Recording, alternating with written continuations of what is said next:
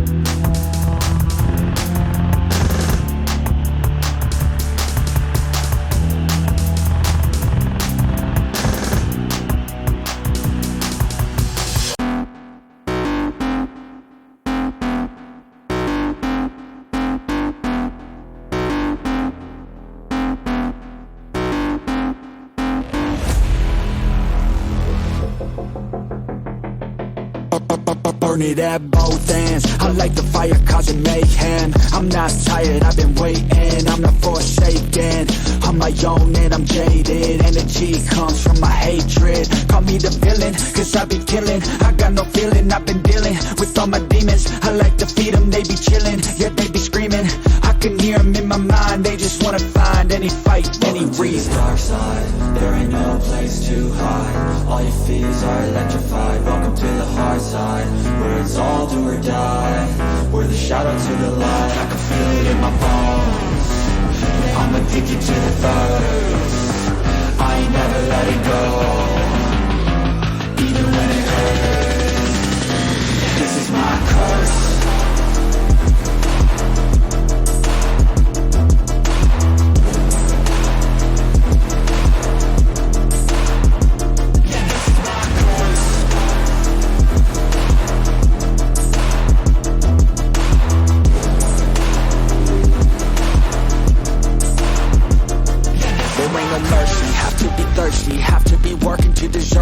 Adrenaline is surging, ain't no serving. I'm the king, bring me everything that I've ever wanted, that I need. I believe I could be anything, watch me. Give me a second to blow, give me a second to grow. Be at the top of the show, be at the top like a pro. I flip the switch, different mode, no they ain't laughing, no joke. Cause I attack when they won't. Welcome to the dark side, there ain't no place to hide. All your fears are electrified. Welcome to the hard side, where it's all do or die. We're the shadow to the light, I can feel it in my bones. I'm addicted to the thirst, I ain't never letting go, even when it hurts. This is my curse.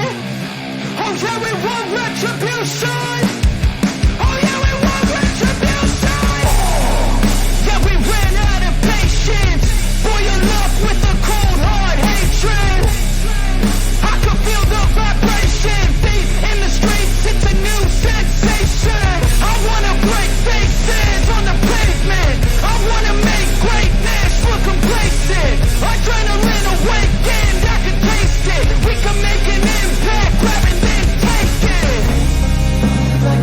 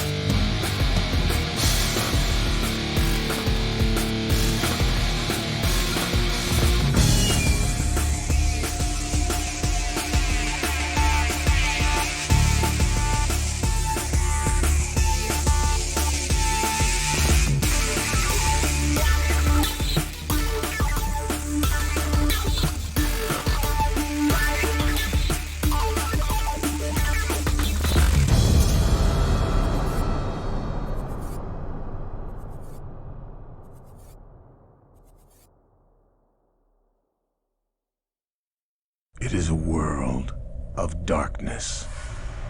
The sin of Cain has spawned the cursed horror that stalks the night in search of living blood.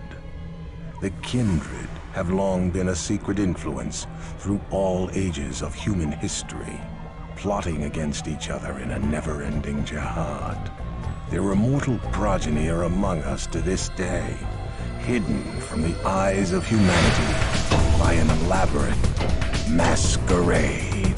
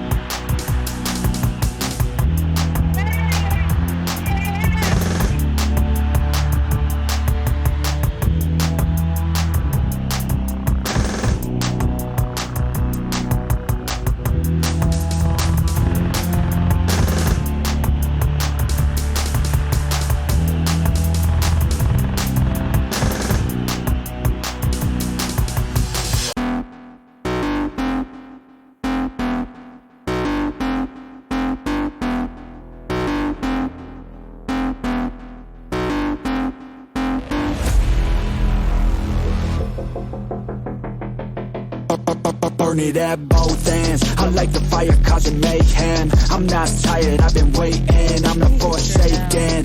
I'm my own and I'm jaded. Energy comes from my hatred. Call me the villain, cause I be killing. I got no feeling, I've been dealing with all my... Okay, so kill the music. We are back. We are live, and I remember to get my mic, despite all the other technical difficulties we're having in the background. Yay, we're back with lots of people this time. Oodles and oodles. And almost lots a full lots. house. Yes. Well, if we can get Brittany in, we will have. We'll actually have a fuller than full house because we also have Haley with us for this particular game. We're still missing George. I know. I was about to say George is here though. George has stepped out for a bit. He is on hiatus. Oh, okay. I know. All right, so Fine, he cannot be included. while we are waiting for Brittany to join us, why doesn't somebody give me? We also need to decide who is doing the notes this game. So I need somebody to be a volunteer and somebody give us a recap. Who took notes last time? I guess I could take notes. First day, good. Take the notes. First day taking notes. Yeah. Can you guys hear me okay? We can hear you. Brittany! Yeah. Hey. Oh man. Here's hoping this works. It's okay. You were hearing voice. Well, and I've got a picture for her too. I just need to bring it up. So, somebody want to give us a recap? Well, I would if I knew what was going on. I wasn't here in the last. Shelly, you should because it was like super. Like you were involved a lot. I think I might have been. Nope, it was Shelly. Yep. Shelly took the last notes. Yep. So let me grab those.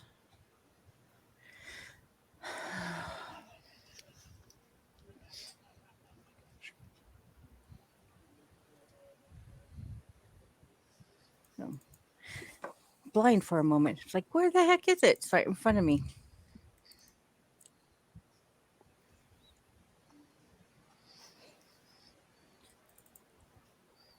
That was blood ties, wasn't it? Mm-hmm. Yes. Okay. But that is appropriate to what's going on currently in this game. Yeah. So, okay. So, it was Revis, Damaris, Trudy, and Seth. Damaris did get a call back from the Prince of Boston, but he refused to discuss Roxy over the phone, so she's going to have to take a road trip. Mm-hmm. She then embodied a raven to watch over the occult bookstore. Oh my god! And on the second night, I forgot about that. She came across the traditional goth Troy. And I put in parentheses, poor Rachel, botched twice.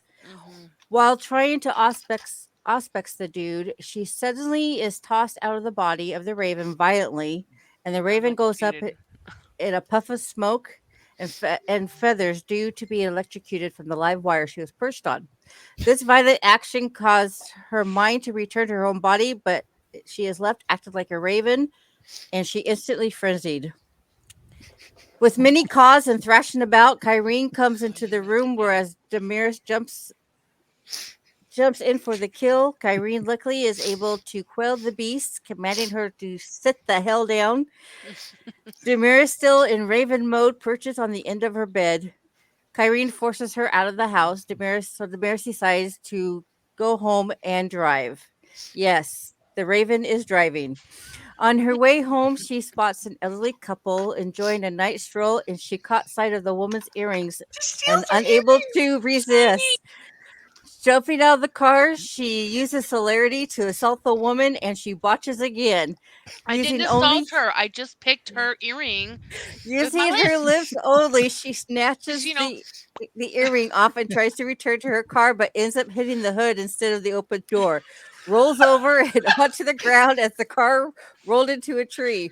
Without missing a beat, She jumps off and gets back into the car and takes her shiny back to her nest and leaving the poor couple in bewilderment. Yep. That's amazing. Meanwhile, True story. at Trudy's place, Gwen is monitoring the traffic cams and calls her in to the security room. Gwen plays back the footage of Damaris attacking the older couple, so Trudy decides to call her. Damaris proudly deposits her treasures on her bed and perches onto her couch. Answering her phone, she explains to Trudy what happened. With Trudy's help, they are able to cover up this little mishap. Squawk. On the other side of town, Rivas is patrolling the city since Ben is out of the city. As he is walking past Anzio's, he spots a rather well-dressed chap walking into the establishment. After talking to the guy at the door, he finds out that it is Castile, the Prince of Seattle. Rivas instructs the staff to accommodate their special guest. Hector calls his boss. She instructs him after a few calls to take Rivas's lead and place everyone upstairs. When Trudy arrives, both her and Rivas go to meet their guests. Introductions are made, and then the prince summons Seth, who was preparing her trip to Eugene. Jesse, being the first she sees, has him drive her to Anzio's, calling Damaris on the way to find out she has no allies tonight. While waiting for Seth to arrive, the prince and Trudy have idle chit-chat while he informs her that Seattle is well-ran. It's a well-ran tower city and doesn't have any problems because, in his view, Setites are evil and they're not allowed in his city. They chit-chat about Trudy's wedding. Damaris tries to scry, and once again, she fails. The moment she sees the gold lining of his suit, she has the urge to go to the restaurant, but is able to stem it off with the willpower. Trudy, they talk about Trisha's accounting, and then I show up, and Costello begins to interrogate Seth, who in turn gets so flustered she accidentally activated her snake eyes. So it's now out that somehow she got a hold of Rivas's discipline after all. After several more uncomfortable moments, the prince informs Rivas to have the Baron contact him at Callahan's ranch to discuss the crimes committed within her city. After the prince leaves, Seth explains to Rivas how she got the discipline, and after a few more words of discussion, they break the meeting and everyone goes their own way. The end. There we go. So just a quick temperature check. Brittany, are you still with us? Muted. Oh, no. There she goes. Yes. Okay. So I just want to make sure. So,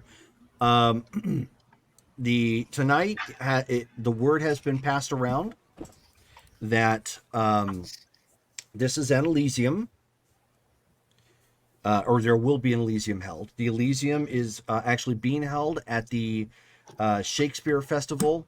It's a nice big theater that sits just off of downtown, on the northwestern side. Really nice neighborhood. It tends to be well lit with a lot of trees and lush and whatnot. I don't know if I included pictures of it on the website, but it's a real place.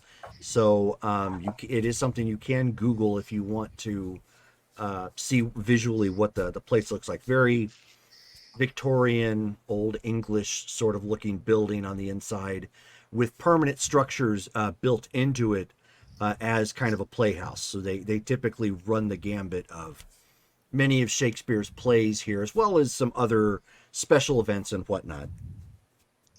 However, as I was indicating, everybody has been told through the grapevine that there is an Elysium taking place.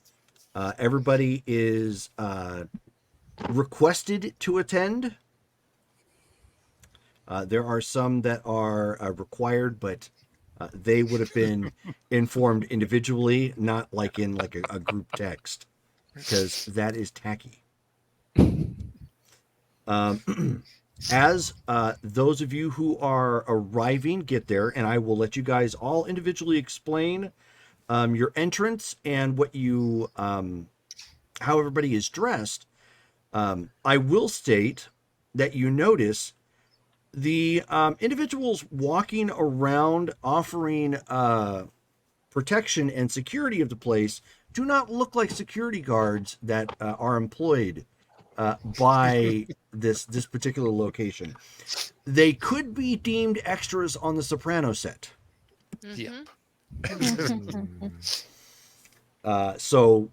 But I mean, they are well dressed, but they're not in like tracksuits. So clearly they're not the Russian mob. Right. But I will let you all individually indicate what you look like when you first come walking in. I will state that there's a main table kind of set up long ways in a very, I'm not going to throw that out. Most of you guys don't have the cam lord to understand it.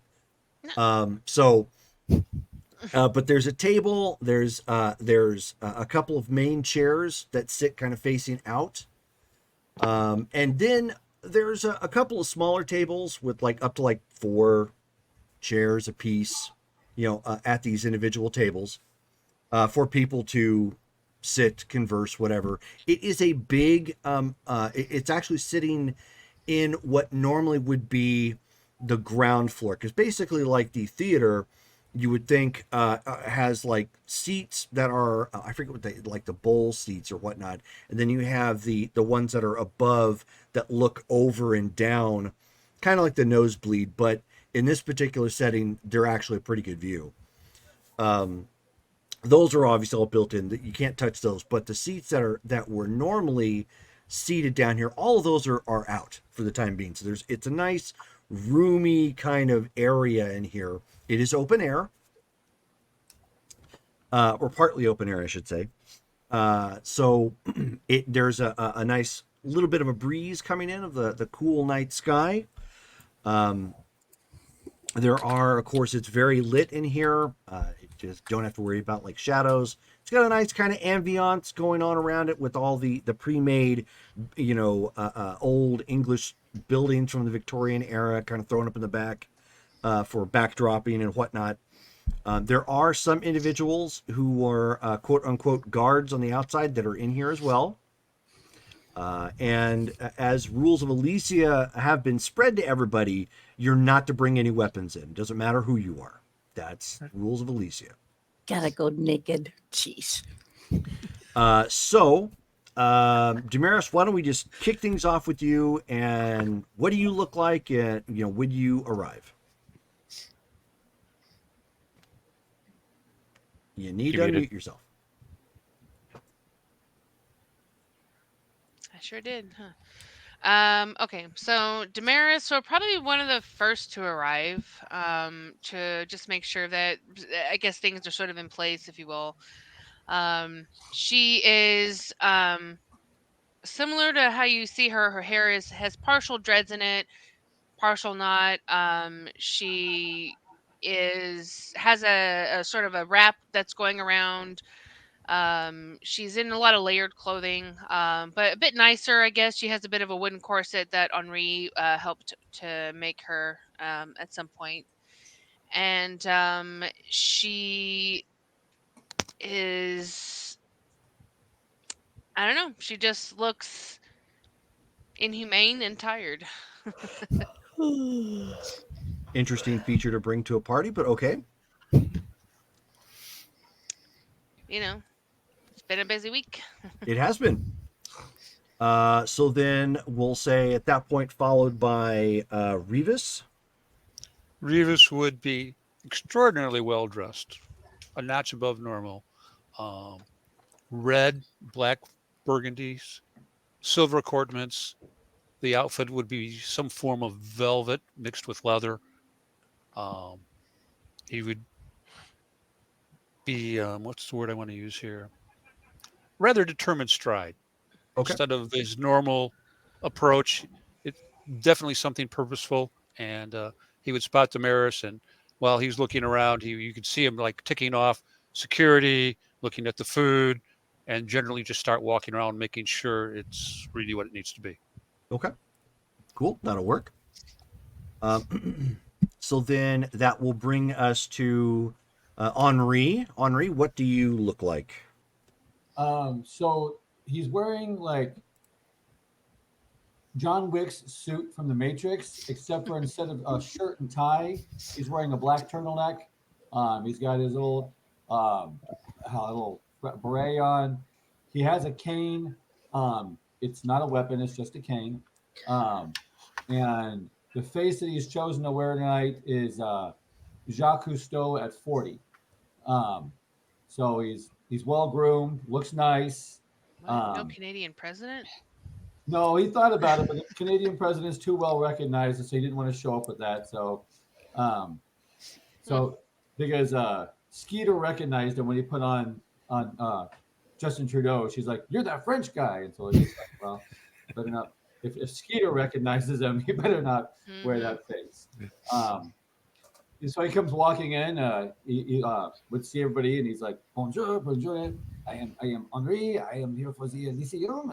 It's good to see you. It's good to see you." I'm just looking for somebody I know. When he sees Revis, Damaris will wave to him. Yeah. Come walking on over. So. Oh, you look very dapper tonight. Looks like business is doing well. I have installed the shower. I'm bathed. I am with a Toreador prince. I figured it would be best to dress to impress, as they say. You thought correctly. That's honestly probably the best thing you could have done tonight. I thought well. I mean, we still need to talk. I would like to discuss yes. later. You're interested in a path. I understand. Yeah, so Revis, he's over there. That's he suggested that they work on the path, and since this is something that you have worked with, I thought this is something that we can discuss. Yes, I mean, as you already know, I clearly don't follow the humanitarian path. So if that is something that you are interested in, I'm happy to discuss it with you, but just so you know, it's not an easy process, but if you're dedicated enough, the results are worth it. No, I understand it's not an easy way to go, but it's I care next to nothing about humanity. The humans, they're just like tools to me at this point. So, I mean, I would like to make another book, but I have not been just trying to go with that yet. But so working with the path, it seems the best way to go, if I understand this correctly. It can be. It depends on the path that you're following. Each one has its own pros and cons, if you will. And I will tell you though that the transition from being on a humanity direction to not it can cause you to go crazy. There is a midpoint there that you risk everything mentally. Okay, hold that thought. I still need to finish introductions. Okay. So you guys are currently off to the side somewhere conversing at this point. Next up, obviously, would be Ben and Persephone. They would be coming as a power couple, no doubt. Yeah. So why don't you guys let us know how you guys are dressed? Trish went and come with them. I kind of figured I'd be with them, but if you guys want to make your entrance first, you can make it first. Figured we would take Trish with us. Yeah, we'd take you with. Ben got his hip waders on. He's all these dang blushes. Right. The throttle. Yeah, but Ben's going to be dressed like how he typically does, but it's just as a reminder. Then he's got like the form-fitting like black shirt, like blue jeans, kind of black boots, and just like a trench coat type of deal. But they're high fashion, like quality items. He's not like shopping at Goodwill for these things. He's got the good stuff.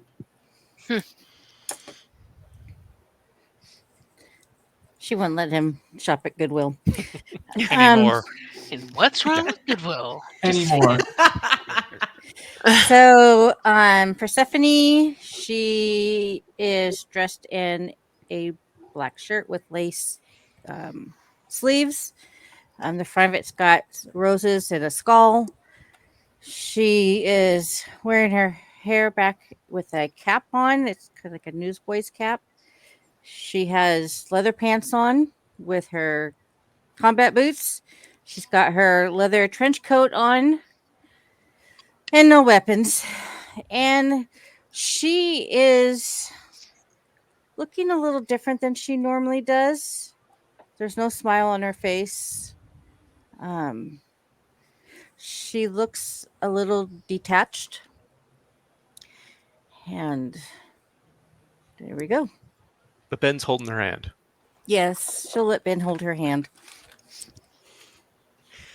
Since we all would have come together, Trish is wearing she's a couple of steps behind the other two and kind of letting you guys take the attention first before she comes into the room. But she's wearing a fairly simple ruffled spring dress with little fluffy cap sleeves, a jean jacket that goes all the way to her wrists, long sleeve, and her most comfortable cowboy boots. She's fallen back into her comfort zone when it comes to clothing. Okay. And as soon as she comes into the room, she'll clock Grievous and walk over to him. At the point where Trish arrives, Grievous would simply slightly bow, take her hand, kiss it, and bid her good evening. Okay. So we have most everybody here. Brittany, are you still with us? She might be. You're muted.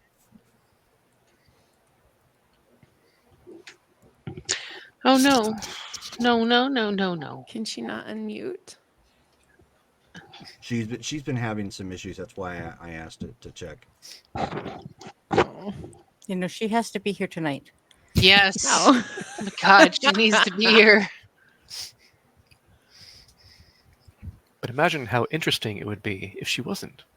That's not an funny. Interesting That's we not want funny. to explore. You got jokes tonight. Nope. Well, it's not like me and Ben haven't had that conversation like, yeah, this is going to suck. We're still going to have to do it. Yeah, exactly.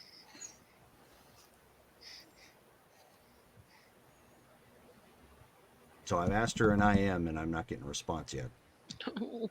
Yeah.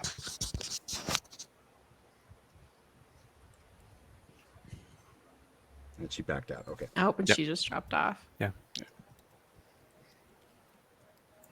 Oh.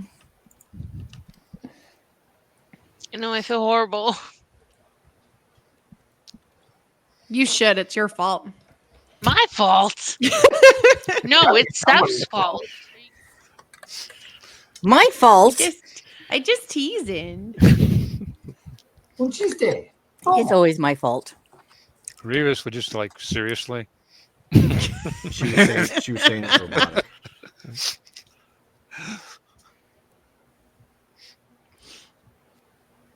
Can you just hear me now? I don't know. Yeah, no, she's still having problems with it. Even with the booster?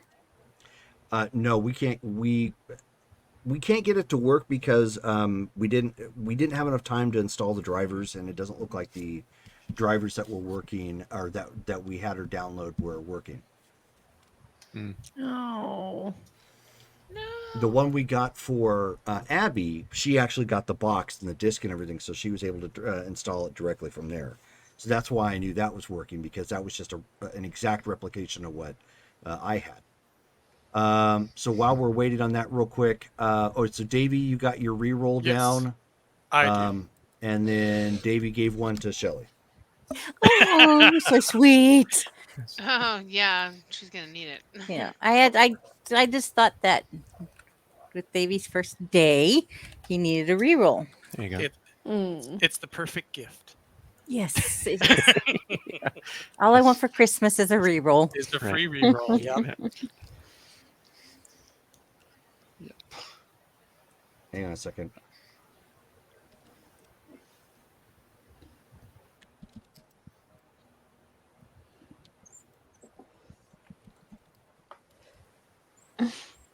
Okay. She's saying she's the only one in the room, and she's clearly not. No, because you can't. Yeah, you can't see nothing.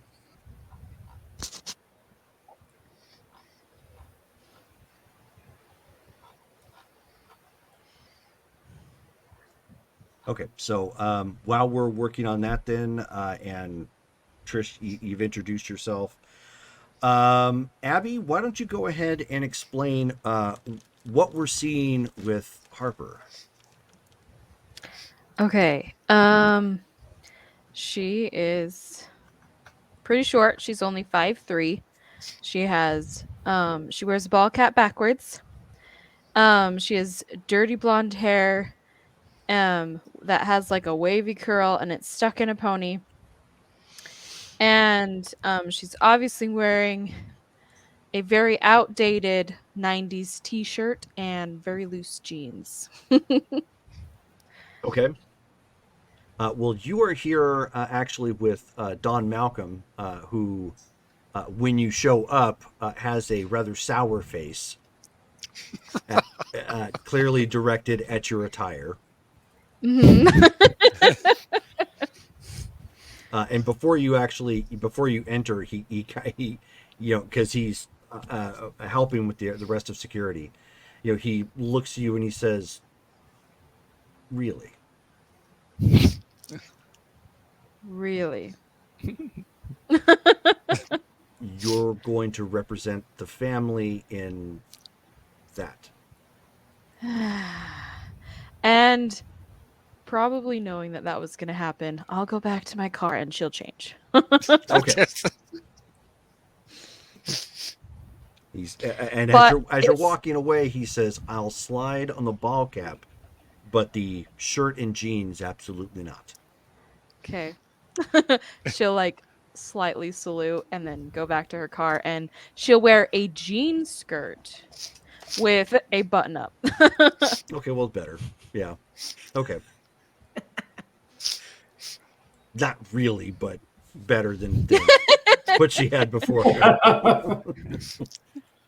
She's probably still wearing like sneakers.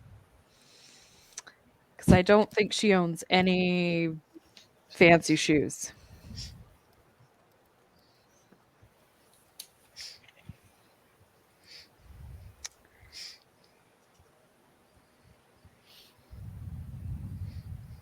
So with that, then after you've taken a moment to change, he goes ahead and motions you forward to come in and make yourself comfortable somewhere inside. And he tells you before you enter. And by the way, Malcolm right now is in a he's in a very dark blue suit with black lining and trim. It's a collarless setup, but completely button up, 3-piece, so matching slacks, vest, and blazer. His long hair is let down for the time being. Very, it's very well kept as well. It's a custom tailored design suit, and he would tell you specifically that. This is an important event, so be on your best behavior. Remember that anything that you do or say represents the family, i.e., represents me. How well does Harper know Malcolm? Do you have any? Did you pick up Giovanni lore? I can. I still have a few points. You may want to if that's what you're wanting to do. Sure. Yes. Giovanni lore. I'm picking it up. Okay. As a new ability, it would be 3 points. Okay. So if you have a 1, then go ahead and roll an intelligence and your Giovanni lore. Difficulty 6. With intelligence? With intelligence, yes. Okay. And I believe your intelligence will explode if you roll a 10 if you roll a 10. Definitely.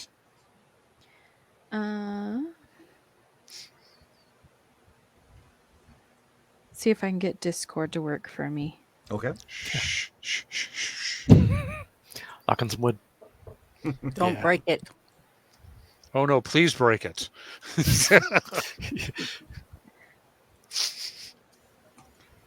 And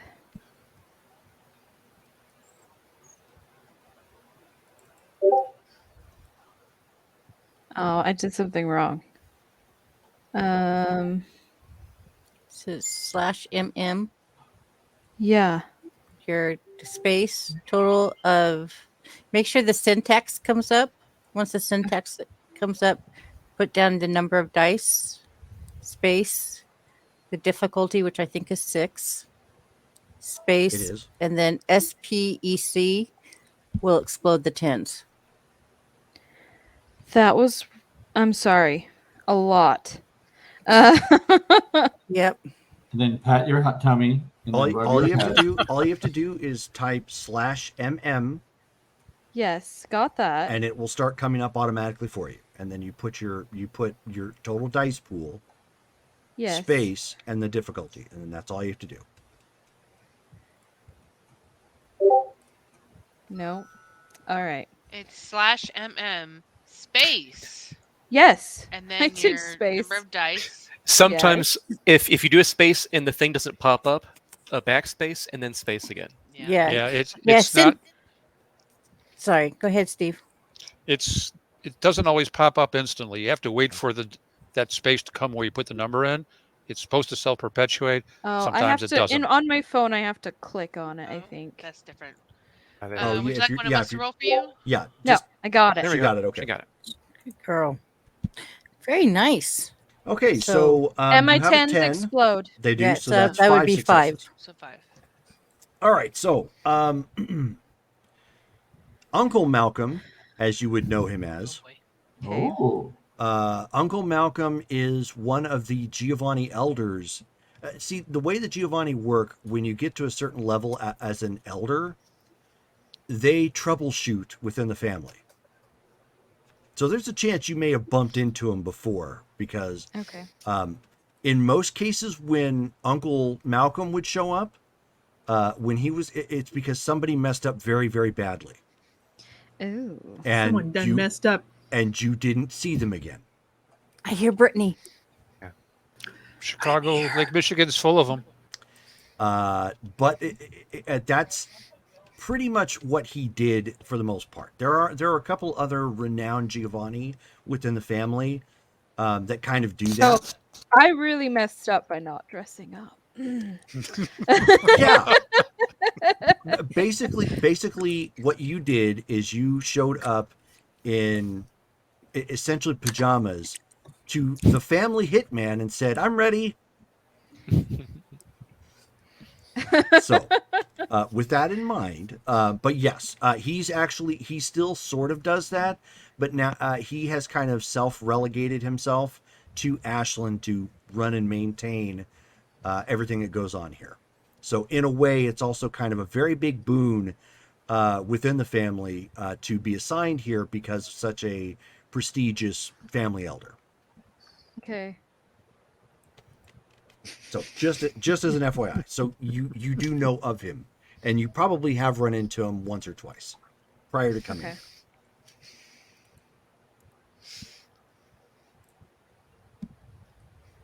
Did you have anything else you wanted to add, or are we good? Nope, I think we're good. Okay, cool. Oh no! Had to throw that in there. Okay, so with that being said, we have everybody but Davey. All right, so Well, is Brittany like on and steady enough that she can chat? I think so. Although I'm Yeah. losing people like one at a time occasionally, but hopefully we're gonna Yeah. make it work. She still has to introduce herself too. Yes. So Brittany, then why don't you let us know? I know you threw a picture in there, but why don't you let everybody know what Sophie looks like? Sophie, by the way, would be coming out with the prince as well as the Archon. So Sophie looks very majestic in a black and white dress that's strapless and form fitting, and then kind of flares out at the bottom, kind of a, what is that, trumpet style. I think she'd wear her hair down. Okay. But I don't know that really matters. Anyway, yeah, she's looking very serious tonight. Was that all I need to say? That is quite all right. Basically, what has happened here, I think you might have been out for part of this description.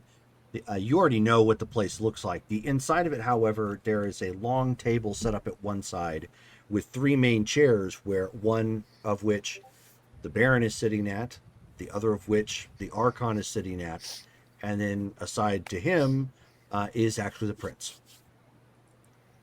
Does Sophie have place of prominence here, or just the Archon? You have the left side of the Archon. The Archon is the ranking individual in the room. That's fine. So the Archon is actually at the very front. Sorry, he's at the middle. Prince is on his right. You're on his left. Okay. And Sophie would have ordered drinks. So if there are drinks present. Yes, there are. So there will be refreshments here. But we're of course waiting for everybody to come in. Colin is here. Colin is actually in a nice basic suit, and he's just standing off to the side, looking like a ghoul or security or something of that nature. He's very low key, not standing out in the least.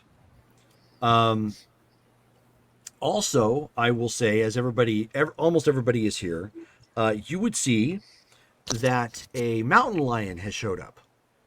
What? A slightly oversized mountain lion, and as it comes kind of walking in, you can see it has like a cat harness designed for a cat kind of his size. And there is actually a phone attached. And Revis is that Vidius. It walks in and looks around, and then it looks at everybody and says, "Ah!" As Did mountain get an lions do. upgrade? Revis would take Trisha's hand is- and stroll that is that not way. Cuddles. We're walking away. Ben would walk over too. Okay, so it just kind of looks and sits there, and then you hear from the phone, "Hello, Mr. Baxter. I thought it important that I attend. Apologies, I am not here physically." And the mountain lion just goes, "Meh." God. Mr. V. Completely fine, Mr. V. Glad you could make it. Very interesting way to make your presence known. Very clever. Thank you. I am attempting to outstretch some of my minions' uses. Speaking of which, there should be another kindred coming to the door shortly. If you look at the screen, I have texted myself and you a picture of the individual. We encountered him earlier on, first entering the city. Go ahead and take a look at the screen to see. Okay. Davey, what's your character look like? Sure. So Johnny is a very handsome, tall, lean man with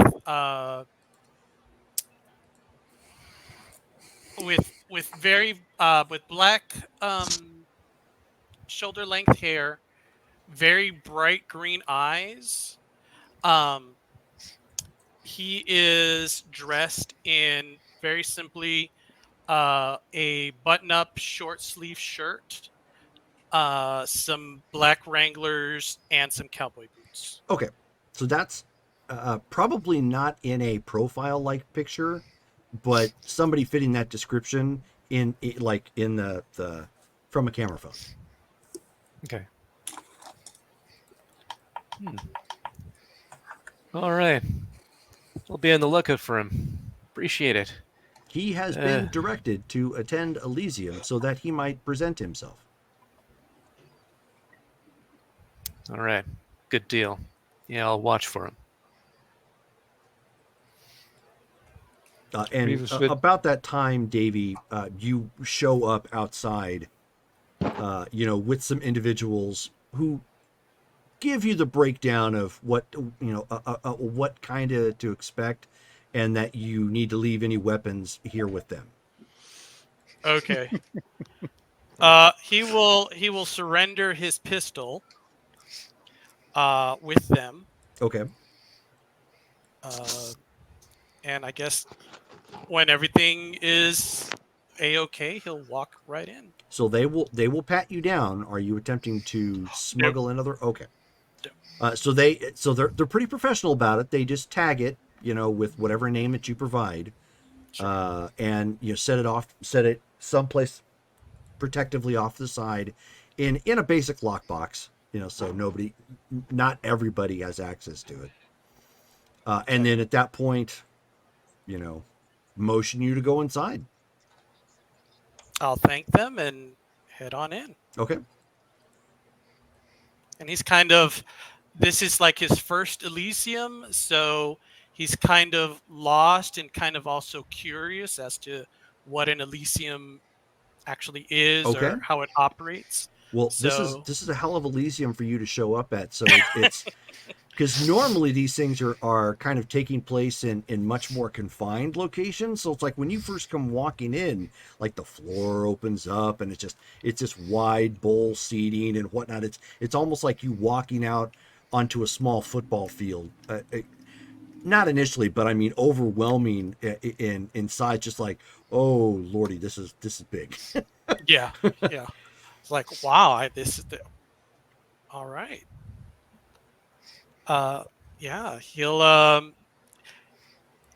he was instructed by the mountain lion was he instructed by the mountain lion to meet with like the Baron or Ben or specifically you were to present yourself to the Baron. Okay. Did Mr. V leave any kind of description of the Baron? No, but that you would know her when you saw her. Okay, so I'm looking for a very prominent woman. Okay. Yes. He did stress that she was important. Okay, understood. Yep, he'll start walking around and he'll looking, seeing all the different guests and the security by Sopranos, and it's like, oh wow. And I guess start looking for the Baron. There is a table, there's two tables set up on either side, relative, of course, not like all the way back, but relative to where the rest of the tables are, that have some glasses available that aren't filled with anything, but there is kind of a container that is currently keeping some blood chilled that will be dispensed into a glass should you like it. Oh, nice. And that's of course for everybody that's available. And we're talking the nice champagne flute looking things.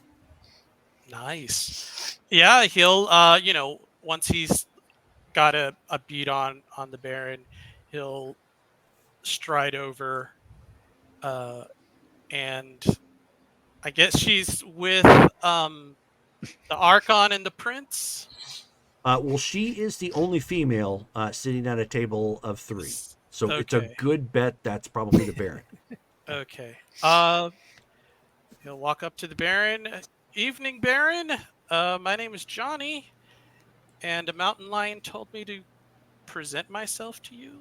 And as you say that, that mountain lion comes walking up, and sees Sophie, and like kind of throws his body into her, to rub up against her, as he does, and of course the prince is like, oh, like, what is going on here? And of course he, and then when he sees you, he just looks at you and says, "Matt." And if anybody knows, like, that's the sound mountain lions make. Like, they don't have like an actual meow. They have almost kind of like this meow like bark. Right. Sophie will kind of shoo the mountain lion away. Okay, so he, and then like brush her dress off. Yeah, he obeys and sits someplace close to you. And she will address the newcomer and say, "Hi, Johnny. I'm Baron Sophie Lore. Are you new in town or just visiting?" I am new in town. I was kind of hoping I could lay roots here and make this my new home. Oh, you picked an auspicious evening to make your debut. May I ask what clan you're from?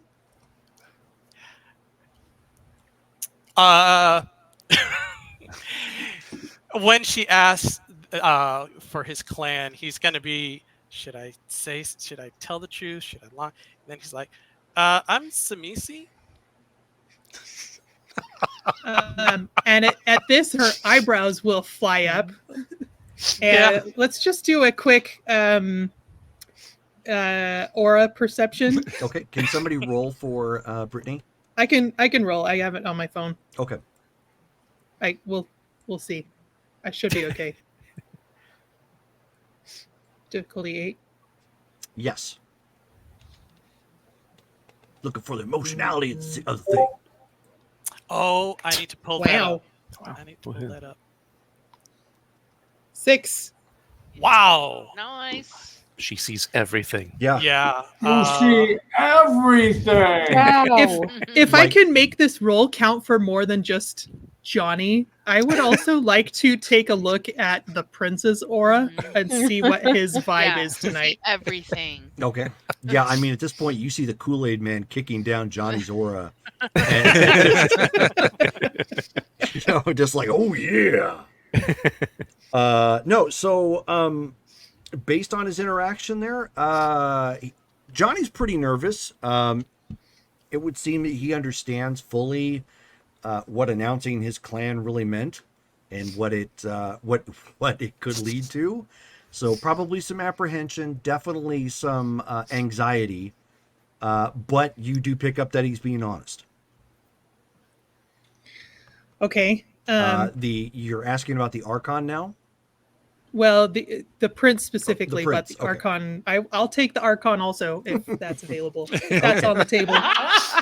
All right, so and I will take one of those. The prince, the prince right now looks like he probably stepped in something. And he's got that look, that look temporarily of like, can I scrape this off without looking impolite? Gosh. He's not thrilled that somebody just walked up to you and said, "Hey, I'm a Zimisi, I want to lay down roots." But you get why he might think that, because Zimisi and the Anarchs are pretty darn uncommon. Okay. But yeah, that's what he's thinking right now. Obviously, his mind's a little preoccupied with some other things. The Archon is thoroughly amused. Okay. So Sophie will give him a surprised look and say, takes courage to come to an Anarch city as a Samisi. But welcome. I hope you enjoy the evening. I look forward to speaking with you further at a later time. And Johnny was like, he's gonna be like, yeah, sure. I would love to speak with you again. This is my first Elysium. What do you guys do here? Well, Sophie could feel the eye roll from the prince. From across Everybody the room, else I think had to be everyone in could there. feel it. typically in an anarch city, Elysia are much less formal than this. This, however, is a special occasion due to our visiting dignitaries. But I encourage you to um, introduce yourself to other members of the city, and drinks are available should you wish them. And it's simply an opportunity to socialize with the other anarchs. Okay, that seems easy. All right. Well, thank you for your time, and I'll be speaking to you again.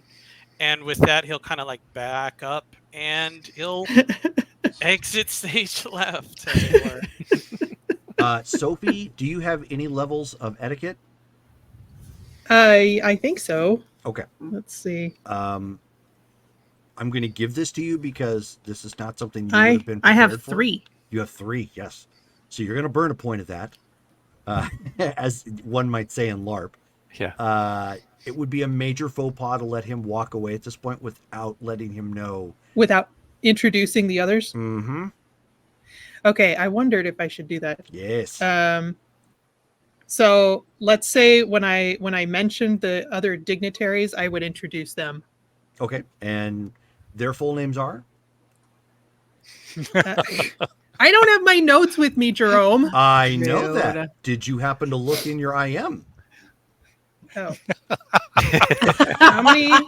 How many screens am I supposed to manage here? Okay, Prince All of them.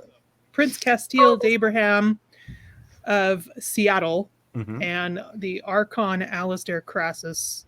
Would I announce their clans as well? You don't have to. The formal name and title is usually good enough. Okay. Ventru, however, I mean, Toreador could, but Ventru are the ones that really drill down on that because they're really big about lineage and that sort of thing. So, but yeah, no, you're good with that. Okay. Johnny will I guess extend a hand, knowing that he's probably not going to get a handshake back. But well, it's a pleasure to meet you, Archon, and it's a pleasure to meet you, Prince. So yeah, the prince doesn't shake your hand. The Archon Crassus raises his eyebrow for a second, and he says, "But do make yourself at home, according to what the Baron has indicated, Mr. Johnny." All right. Oh yeah, does he have a last name? He didn't say a last name. Nope. Okay. We'll he and Trish are talk going to later. get along great.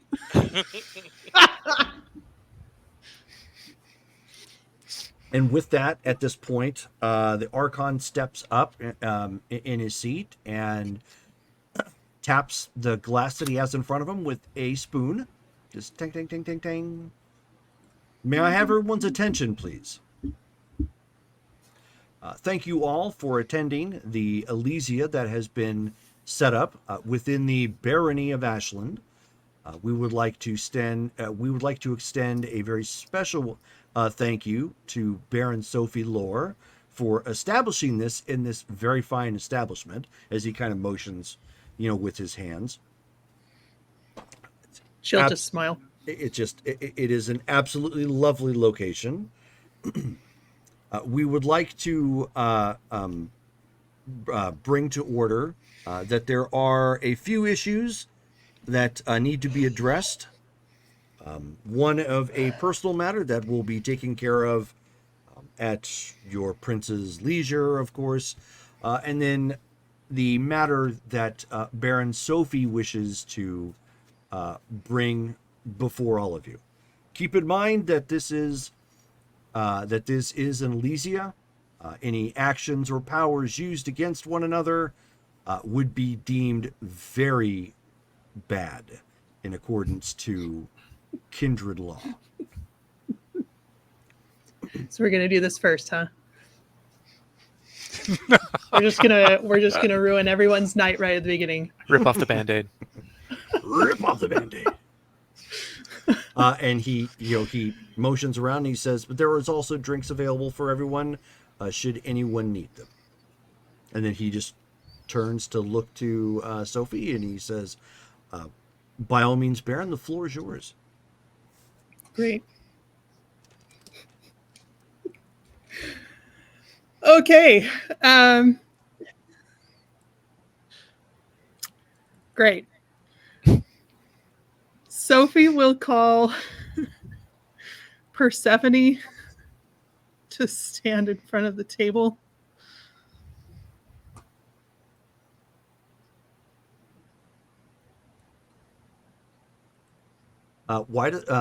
Just as an FYI, why don't we keep everybody off of being muted? Because we're going back and forth a lot on that here lately. So sorry, yeah. No, it's okay. I mean, if an emergency pops up, it's because I have a noisy house sometimes. Yeah. Steph, she will stand and she will walk to Sophie. She is showing no emotions. She's got just a flat face, I guess. She looks very detached. I guess that's a good way to explain her. But she does stand before her. Baron.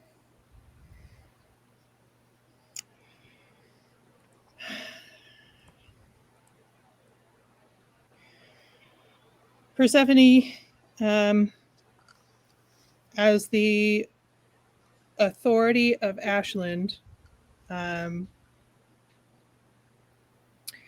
have been required to make a public example for the difficult position that you've put the city in, and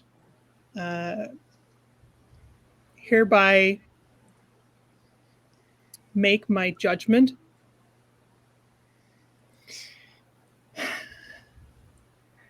You are to be defanged. Oh, geez. For 1 month's time. At such time, you are permitted to regrow them. This is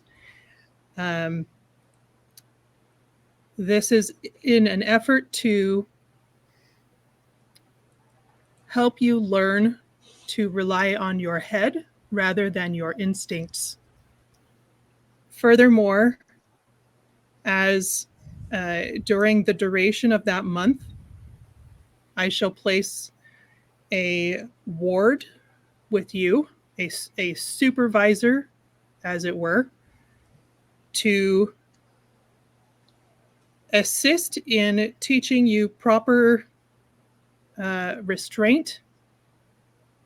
And should anything happen to this ward, I will be very upset. So you're to take care of him and listen to him and learn from his perspective. Will he be staying at our establishment? He will. Very well. You're already familiar with this supervisor. And then up onto the table, you hear meow, and an orange cat hops up.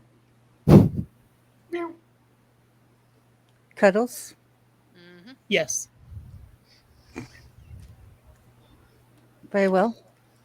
I will do as you wish.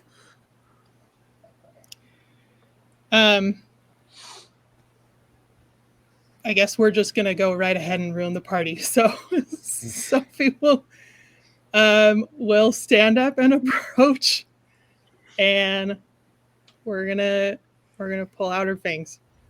Damaris will, just get up and stand behind Seth, just as more of a lookout sort of deal to help support the decision. Okay. Revis will spin Trish around so she is not looking. And Ben is watching the floor, so he's not watching that happen to her. And Johnny's watching everything. He's got the popcorn. Yeah. What a day! A defanging first day. Yeah. Honestly, That's what the you have to look forward Archon, to. if the Archon could have popcorn right now, he would be like that. It's like Yeah. just like watching it because he's enthralled. The the prince is kind of looking back and forth, and when the ward was announced, he's all like looking. Tell me over what your like, face looks like, no, Jerome. I yeah. He just got this betwixt look upon his face of like, wait, what? I'm missing something here, and he's unsure if it's an inside joke or if it was like an offense to her or something. But he's just like, she's not going to explain that one. No. Those who know, he's clearly, those who know. Yeah, facially those who and don't mentally, need to know. Yeah, facially and mentally, he's very clearly like, this must be an anarch thing. I just moving along. That's okay. Makes our position stronger. That's the way I see it. So when she pulls the fangs again, there's no emotion from Seth. I think some rolls need to be made. Do I need gotta have a roll? Well, what's Do I need to roll? From anybody on humanity here, for real. Like, Does Trish Sophie is have to like roll? clutched to Revis, like holding on tight. Well, if anybody is watching they're on humanity, that might be a little traumatizing. Persephone does need to make a self-control check. Okay. Difficulty 7. I don't need to roll like potence or anything. No, I'm not gonna make you roll that because then that could potentially be. Sophie Botch would will. be bad. Yeah. Sophie will actually. Oh gosh. Sophie will, however, be crying. oh, Okay, I'll take. no. No, don't cry in front of them. Ooh. Well, she'll help it. shed a tear. I have a sound for that. Oh my God. No crying in baseball. Oh, I failed. There's no crying. Oh no!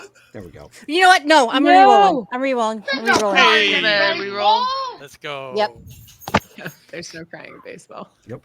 There's no crying in baseball. Okay, one success. Okay. Thank you, Davey.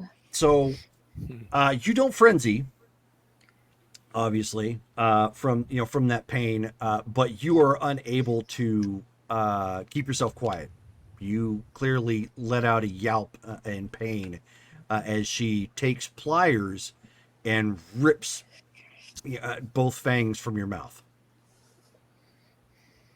Also, just as a note, knowing that there's probably, stuff that people could do with body parts, she will give the fangs to Seth. Okay. Fair enough. Now, Ben, with give me a Carter- self-control check. With Carter Stone, I mean, she would feel pain, but she would. Oh, come on, people.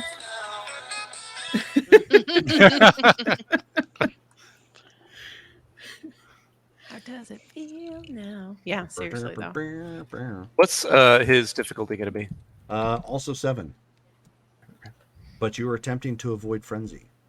Right. 4 successes. Oh, nice. Ooh, Wow. looking at that floor helped. Yeah, exactly. Good thing we washed it first.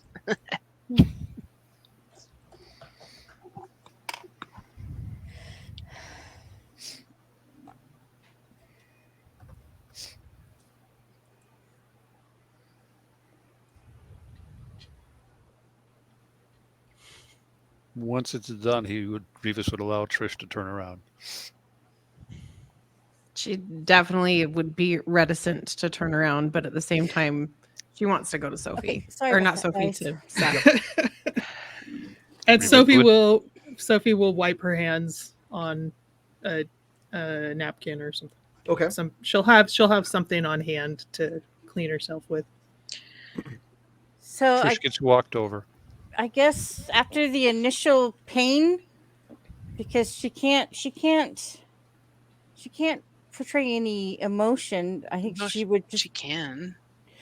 not with Heart of Stone. She's just dirt. Oh, did she do that? Mhm. Oh, okay She came then. prepared because she wasn't too sure. That's permanent, y'all. Like, wow. No, that's only for. It's not permanent. It's only until she drops the ritual. So yeah, so she will turn around and just walk back to Ben. Okay. When Sophie pulls her fangs, Damaris is basically just watching, sort of to make sure that basically she doesn't try to get away or anything like that.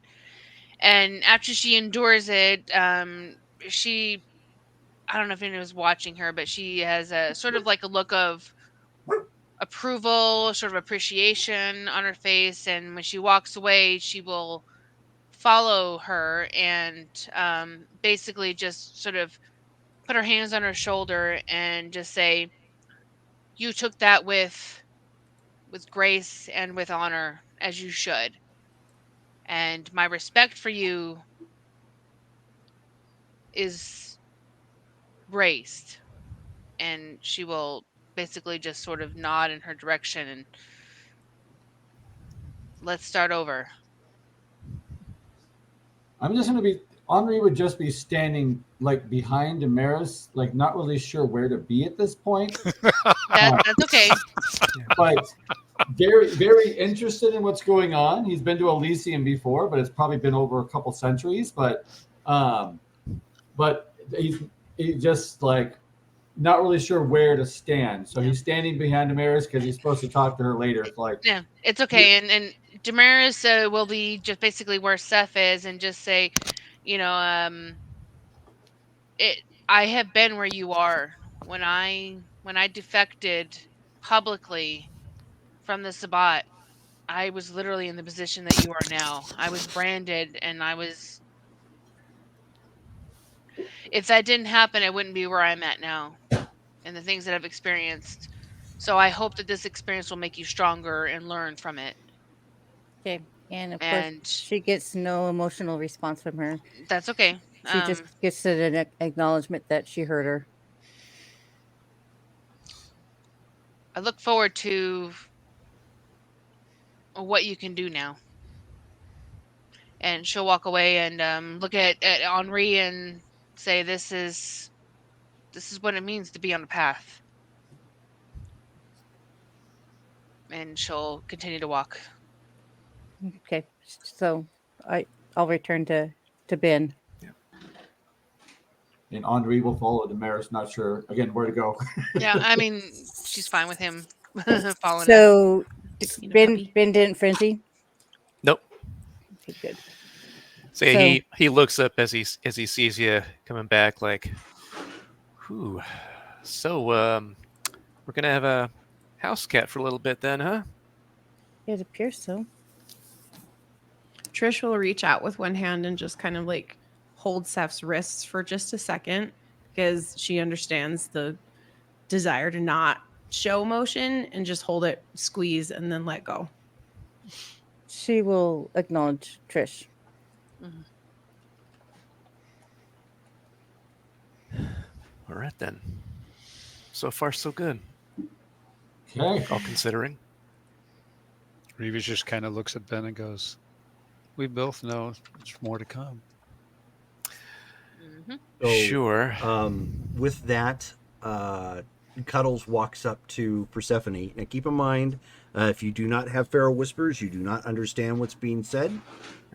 So Yep. He stands up and pats at her knee, and says, he says, "Well, good job for doing whatever it was that you had to be defanged for. But keep in mind, chin up, tits out, and I will see you tomorrow morning." Tits out. Oh my gosh. Very well. Freaking He did not Cuddles, lean. man. He did not learn that at home. Sure. I love that so much. Sophie has never said that in her life. Must have been his previous owner. He watches TV. And so he He does. He goes. He watches too he much. does actually, and he goes wandering off.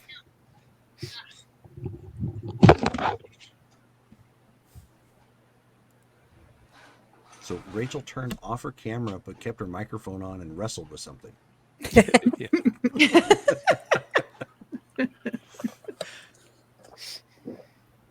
Anywho. It was the mountain lion. It knocked her over. Right. That was it. So, with that, then, does Sophie take her seat? Yes. Okay. He says, at that point, then, the Archon stands back up and he says, at this point, please feel free. It is a free social. I'm sure there are other business matters that may be tended to throughout the night, but please, it looks like there are new individuals here. Perhaps you should get to know them, as they are likely associated with the rest of your anarchs. And he bowed politely to Baron Sophie and just casually sat back down.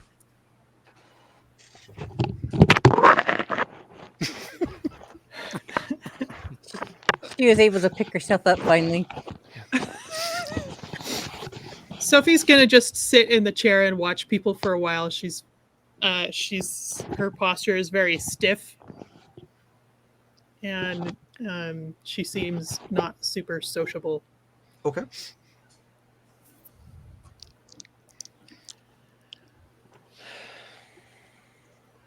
Revis would kind of look at Trish and go, "Where would you like to start?" I don't know. Does Papa Dearest look like he's interested in talking to me yet, or is he still doing his aloof princely thing? No, He's still doing his. He's sitting at the table at this point. Of course, there's a crowd of you around right now, but he hasn't called for you directly. Doesn't mean you can't go to him. He just hasn't called for you directly. Yeah, she's gonna avoid that until absolutely necessary. Okay. So just turn to Revis and say, other than the elephant in the room, I don't really have any other business here. So whatever, if you want to do whatever, have a drink. Let's have a drink. An excellent choice, my dear. And they stroll over to where the drinks are and grab a drink. And Revis just kind of looking around. Some easy. I don't even know what that means. Oh, skin crafter. Are you okay? Let's steal clear of that one.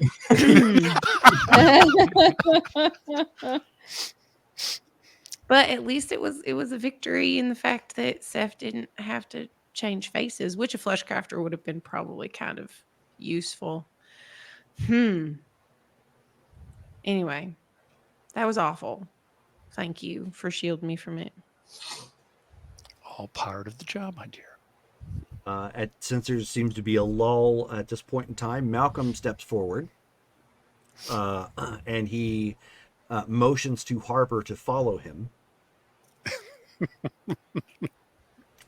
And he says, Baron Sophie, he says, I would like to introduce a member of our family who has recently joined us. And he motions Harper forward. Introduce yourself to the Baron. I'm Harper Valentine. Nice to meet you. Nice to meet you. She'll nod politely and say, "Welcome to Ashland." It's nice to be here. Then she'll look at Malcolm like, should I say anything else?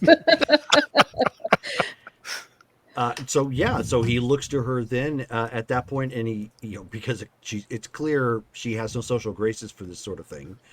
Nope. And he says, right about now, it would be a good idea to let them know what you can offer. Oh, I know computers.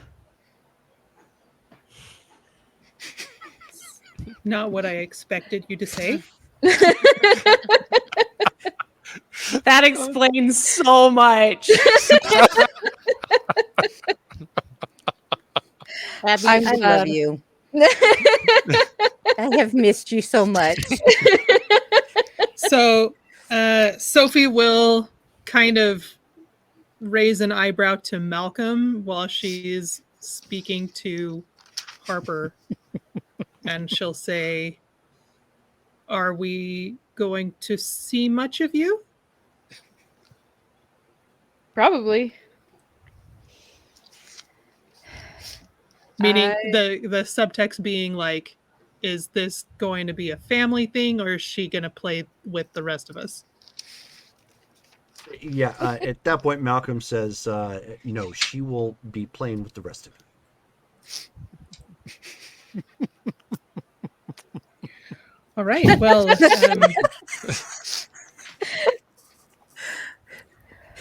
we will definitely look forward to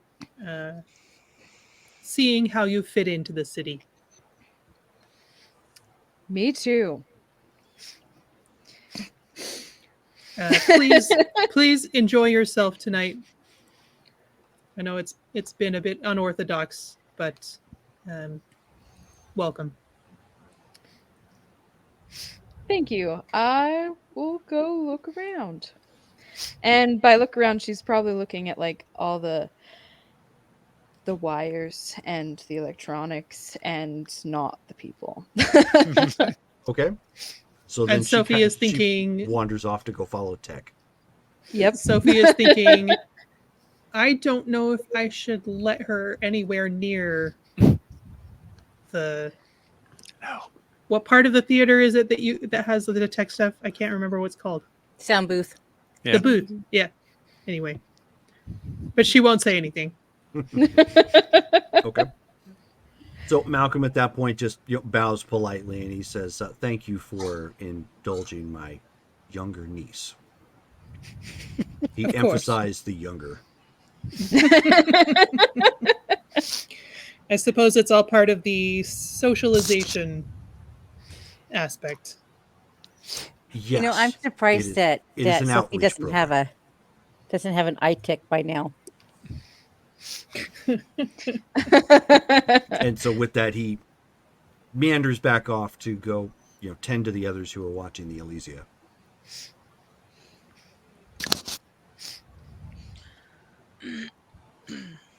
Ben's going to be walking around doing the whole like sheriff-ish type thing, making sure that nothing weird's going on, and he'll keep an ear out for anything interesting people are saying, and also keep an eye on that Johnny character over there. Hey, Damaris, why don't you give me a perception and alertness check, difficulty 7. Yeah, you know what? It's funny you say that. I was actually gonna ask that myself. I'll beat you to the punch. So Steph is just going to stay at the table and drink some blood. Sure. I think Johnny's going to be just kind of like walking around, not really, I guess, kind of aimlessly, just kind of looking at the different. I guess 2, 4, 4 successes. Okay. There is art posted up in here too. Like if you were to look at the real place, like there's pictures up on the wall of previous productions that are really professionally made and set up to kind of promote the place. So it's not like just a sterile kind of environment. There are some things to go look at too. Damaris, as Johnny is wandering around and just kind of busying himself looking at everything that's around to look at really, you see the brand on who? Johnny, like somewhere up right around by his neck. And where is he at right now? Looking at a picture of a previous production, like off to the one of the far walls. I'm gonna catch a glimpse and just sort of do a sort of double take moment. And I'm assuming with Henri at the moment, and we're on the tail end of basically me explaining the transition of going from a path to humanity is a treacherous one, and there's a lot of processes to it. And then I just sort of trail off, and I look over, and I see the tattoo-ish brand type thing on his neck, and I'll look over at Henri and be like, excuse me, I'm gonna go talk to our new resident for a Oh, moment. no.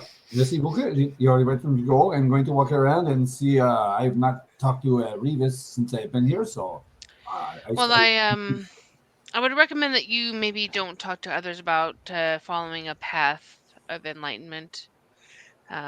Most other here, aside from Revis, maybe don't really understand what that means. no, I take that with respect. I will not talk to the others of this because to be honest, I'm not fully understanding it at this point anyway. So I will. Think of it like a religion. There's a devout path in certain I don't know even how to describe it. Damaris is fumbling for words. Like there's certain things that you should adhere to, ideally, but it's open to interpretation, I suppose.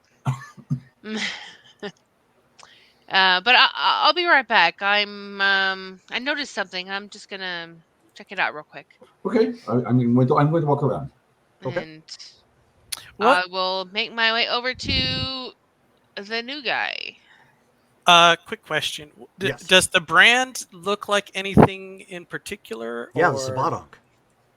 Oh, okay. Okay. Wow. I need to get rid of that ASAP. Okay. You are the Nisi, make it go away. Yeah, for real.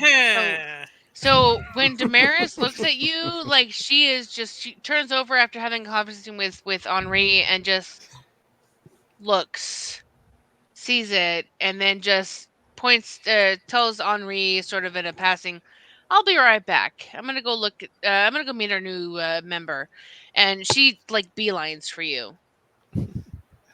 Yeah, he's just taking in the sights, looking at the art, looking at some of the pictures, I guess, that are out there, and he's just kind of in his own little world.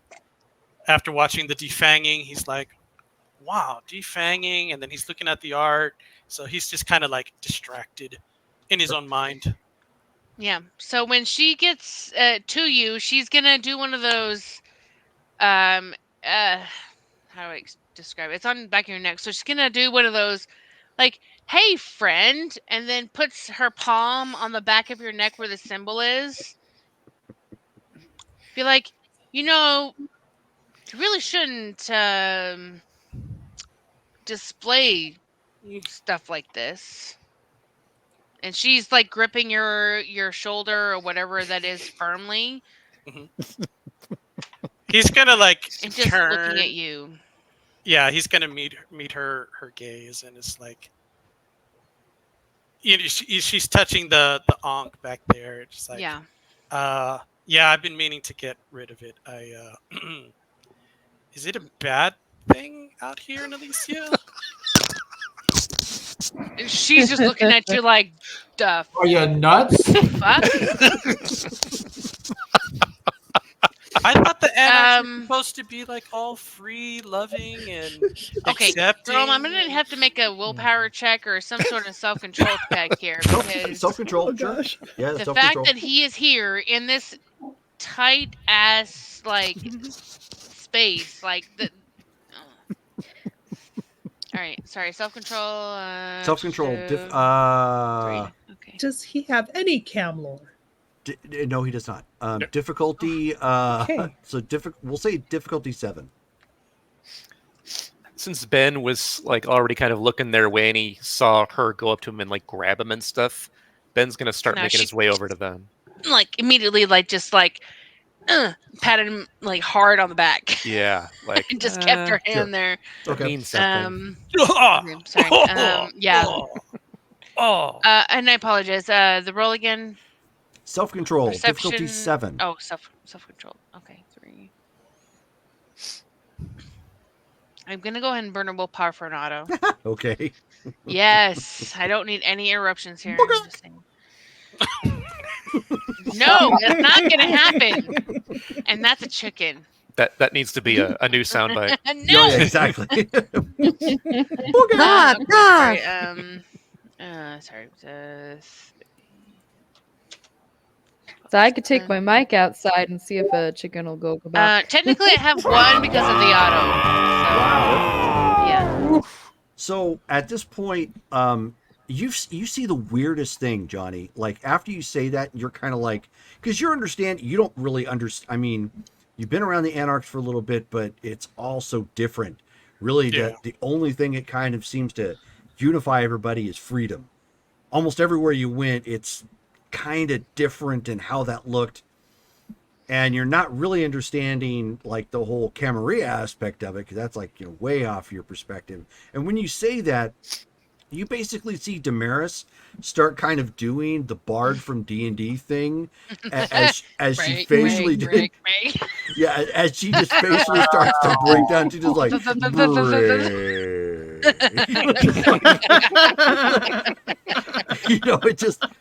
it clearly didn't compute there for a second what it was you said, and then you snap back together, Damaris, and you're like, I can't believe you just said that.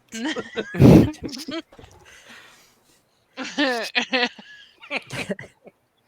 just look at him and I say, "Oh my God, don't say that to anybody else." Okay. I met the Baron. She was nice. Ben is walking up at this point. Yeah. So Ben's like, "Hey there, you two. Something going on here?" Oh, hi. I'm Johnny. I'm just looking at the gives you art. a wide-eyed look, Ben. Just like he is so new. I mean, that's part and parcel for Anarchs. Let's be real. We take in all the misfits, and that's fine. Everyone's got to start somewhere, unless there's but Malcolm something brought going him on. here. Ben's gonna look at like the spot where she had grabbed him on the shoulder just to see if like there was something there. No, her hand is still there. Yeah. Oh, okay. Still like gotcha. severely like like the hard shoulder like massage, like Okay. it's covering it type Gotcha. deal. They're getting really familiar over there. I go over and I lean over to Ben and like Handsy. the Sabbat Ankh on his shoulder. Hey, Johnny. Yeah. Say, Hey, Johnny. how long have you been part of the Kindred crowd? Oh, probably like 20 years, I'd say. Yeah. 20, and huh? You still have this on your shoulder? I mean, I just got that a few years ago. What? Yeah. Hmm. It's a complicated story, so. You need to hide it. Okay, out of character. Who has a scarf? Damaris does. Is the Ankh like magically like I can't warp it at all, or? It is because it's a part of the low rite of the Sabbat. Okay. But it's not like you can't get rid of it without some, flesh crafting and whatnot. Okay, so if I flesh crafted it someplace else, it would. I mean, you could do that. That would be a lot easier get rid than of it. removing Don't hide it. Okay. Yeah. Removing it would probably be better. It basically it's a type of scarification, so it would require some healing from it as well, because it was essentially aggravated. Understood. Okay.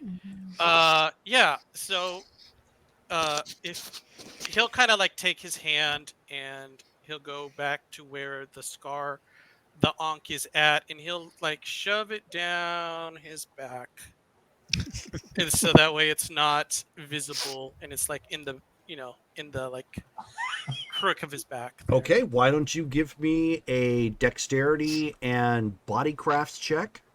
Nice. That is going to be difficulty 8 because you can't see.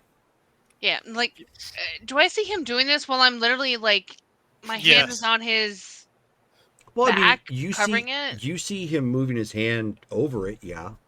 So pushing his I hand under basically just yours. sort of like Yeah, looking like at I'm him trying. and watching my hand like move up, like under his. I'm like, what the hell are you doing? I'm trying to move it. You said it's not a good thing to have, so I'm gonna move No, it. but period.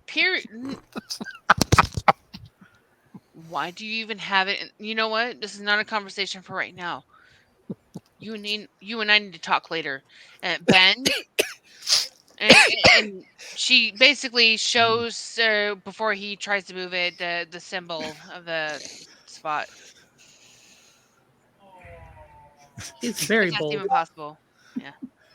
Johnny, I gotta ask you. Oh, fail. Oh, well, that's a shame.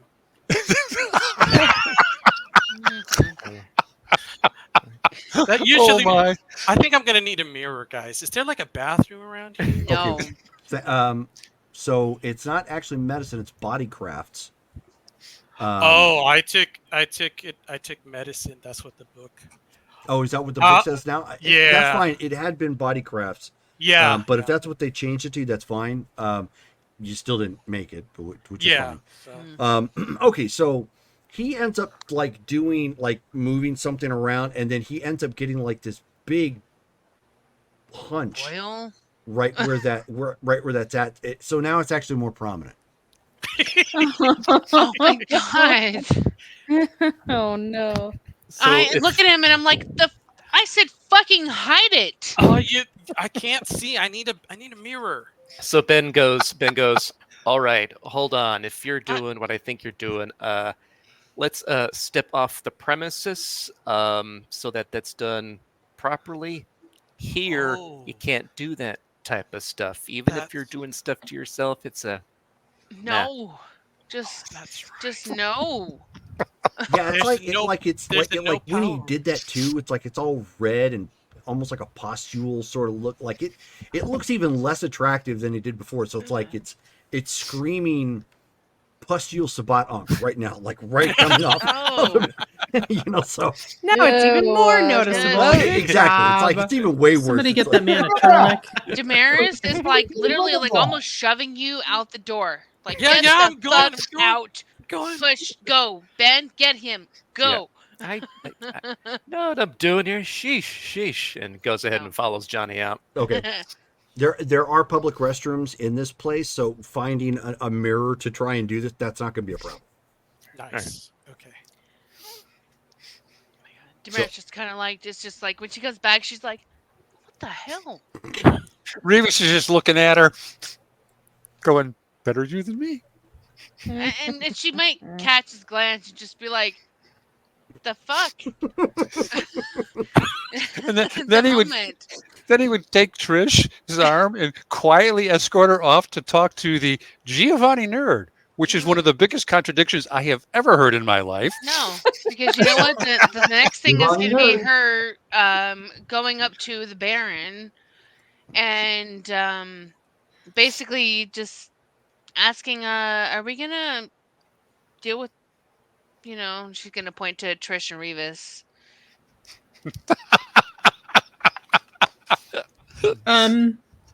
Are you Why saying are this you while? Are you saying this while she's sitting next to the prince and the archon? No! Oh,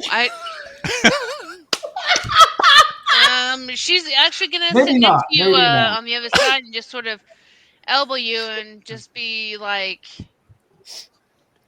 just sort of head nodding. Maybe could I talk to you in private? Yes. Actually, hold on 1 second. Damaris, do you have any etiquette? Yes, I do. Would you like to expend a point? I sure would. Okay, so yeah, you didn't just walk up and start chatting her. Sorry, my bad. You did that like walk ups and got ready because you're used to just being able to talk to one another. That's true. That's so true. you walk. So she basically walks up and goes like, and kind of had that pause with her finger poised and open mouth, and then realized, yeah, not a good time. And so then she kind of sauntered up alongside Sophie at that point and had some brief gestures or whatnot. And she goes and she's just gonna sort of resign herself to just sitting next to you and just sort of clap her hands together and just set them down and just sort of do one of those side glance to you and just sort of nudge you a little bit. I'm pretty sure that the other two would be able to follow this body language. That's okay. That's okay. That's okay. She's very oblivious right now. So. Oh gosh. Yes. That's why I'm laughing. You're just imagining the Prince of the Archon looking at her like, "What are you doing?" Yeah. And she's gonna look at them point blank, like, "What do you want from me? I need to talk to her." Yeah. So Archon Crassus leans over to the Baron, and he says, "Sophie, if you need to go with your friends, you can." She seems rather insistent. She's going to stand up and say, "If you'll excuse me a moment." Of course. And she just waves to the others and just like, thanks. And she's going to take Damaris off to the side. Okay. Some distance away, so that if anyone is maybe trying to overhear, that it would be more difficult. And she'll say, "What are you going on about?" Don't you think that we should address Trish? What about her? Going back to the prince? Well, I was going to follow Castiel's lead on that one, but he's not doing anything.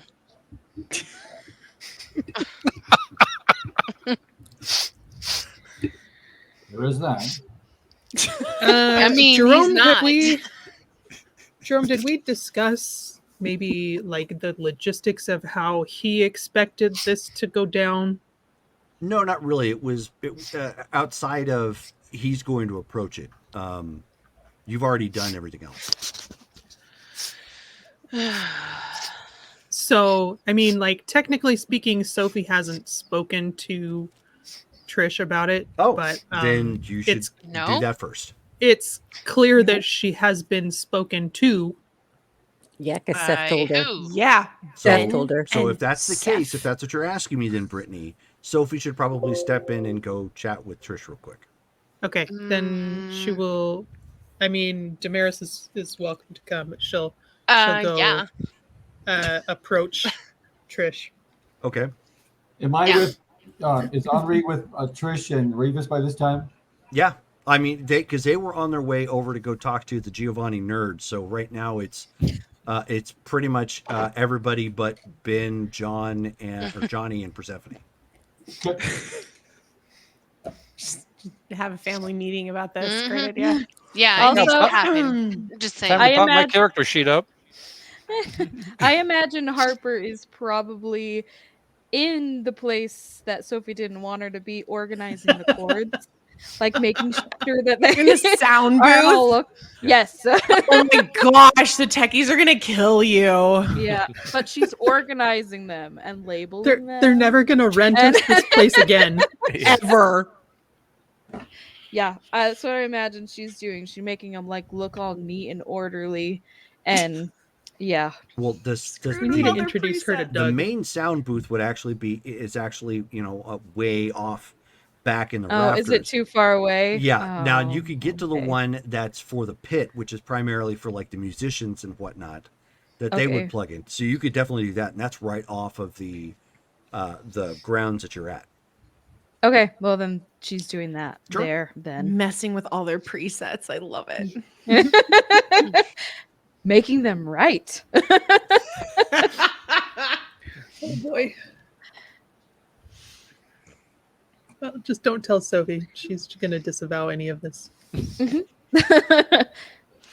Yep, she's just organizing the chords, probably Sure. labeling them. Yep.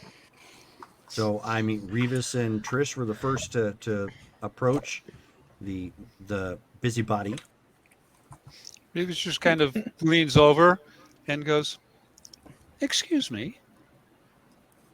I don't believe we've been formally introduced. Let me introduce my lovely companion, Trish. I am Revis." Oh, you have a lovely accent.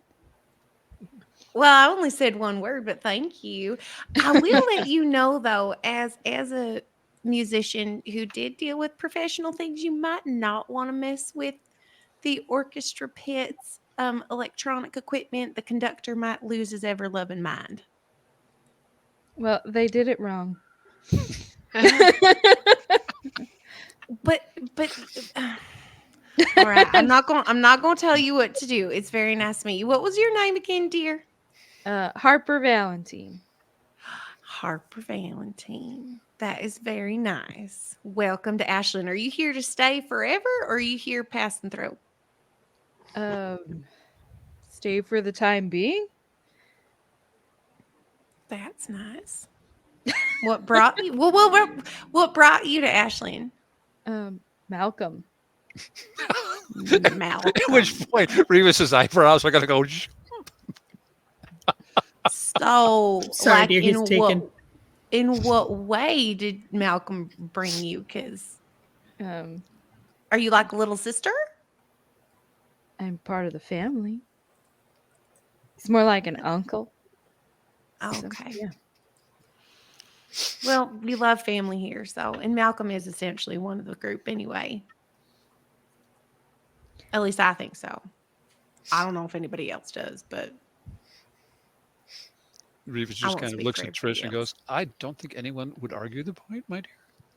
It doesn't Probably seem not, conducive to an extended length of having the tongue in your mouth." Henri would come wandering over at this point. Bonjour, Revis. It's good, Trish. It's good to see you. We have a new person here. It's nice, enchanté. It's nice to meet you. Nice to meet you too. You have a cool accent too. He does, right? I like my outrageous accent. I'm thankful to meet me. So, what are you? Who are you here with? It's Malcolm. Malcolm. Oh, I know Malcolm. Oh, really? Yeah, Trudy's Malcolm. Yeah. Okay. Well, it's nice to meet you. Maybe I will go this way then. I'm going to walk away. Wait, Trisha's like, what? I just good to see you, and I just turn around and start walking away at that point. Revis would mutter under his breath, "No etiquette left in him." Oh, he's not normally quite so abrupt.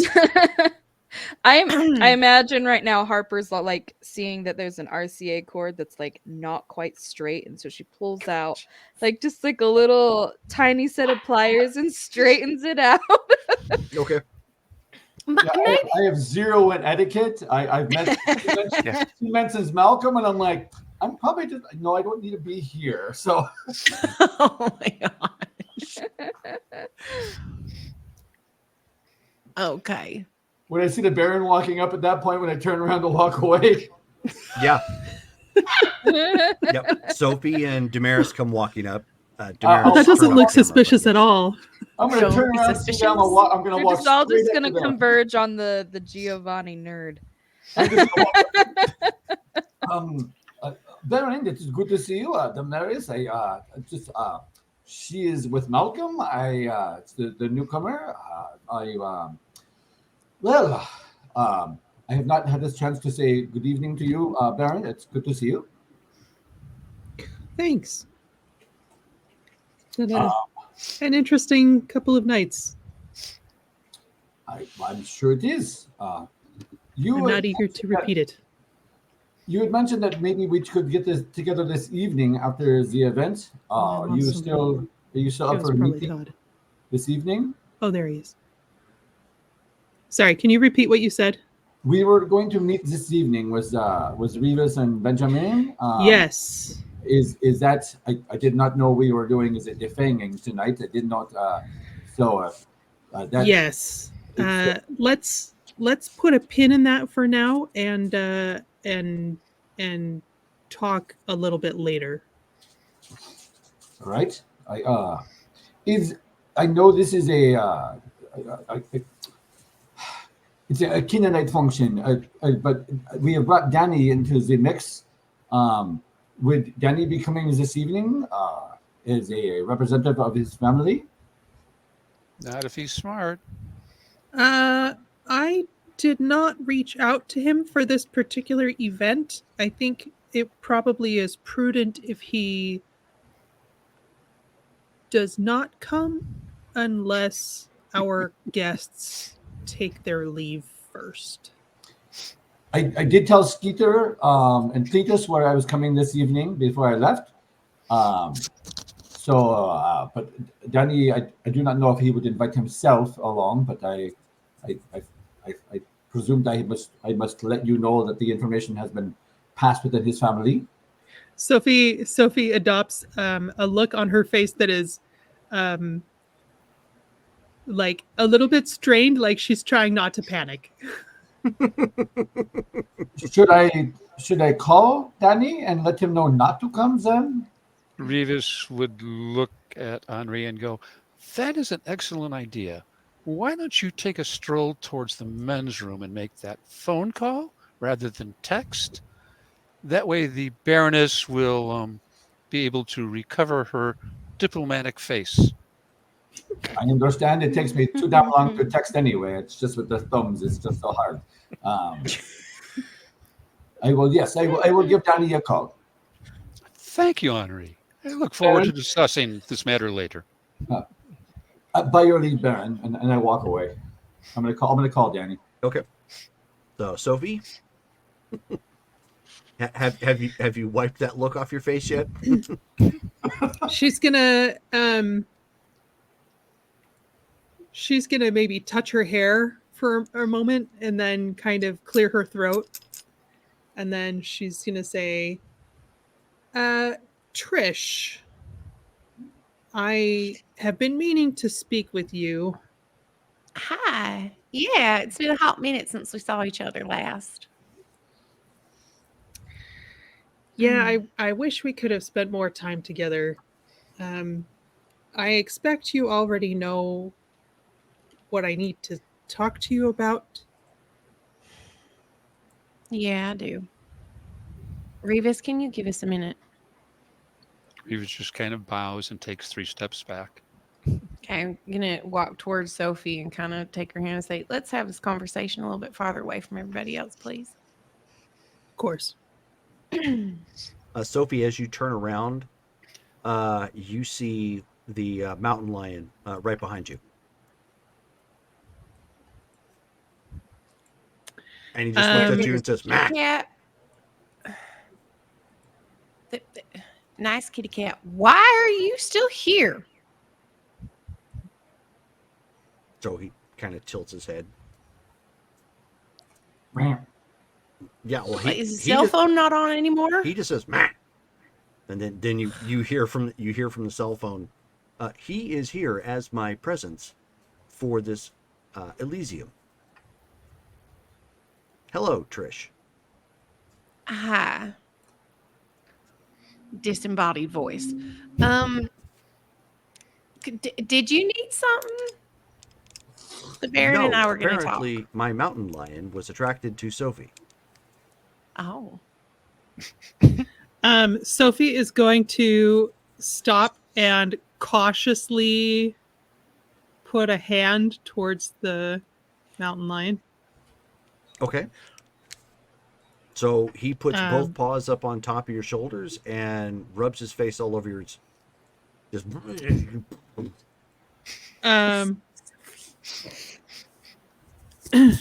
she's gonna make kind of a little exasperated noise and say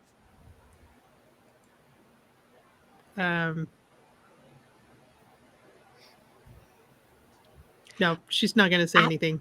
She's just gonna kind of back away a little bit. Well, Trisha's gonna say it. I think he likes you.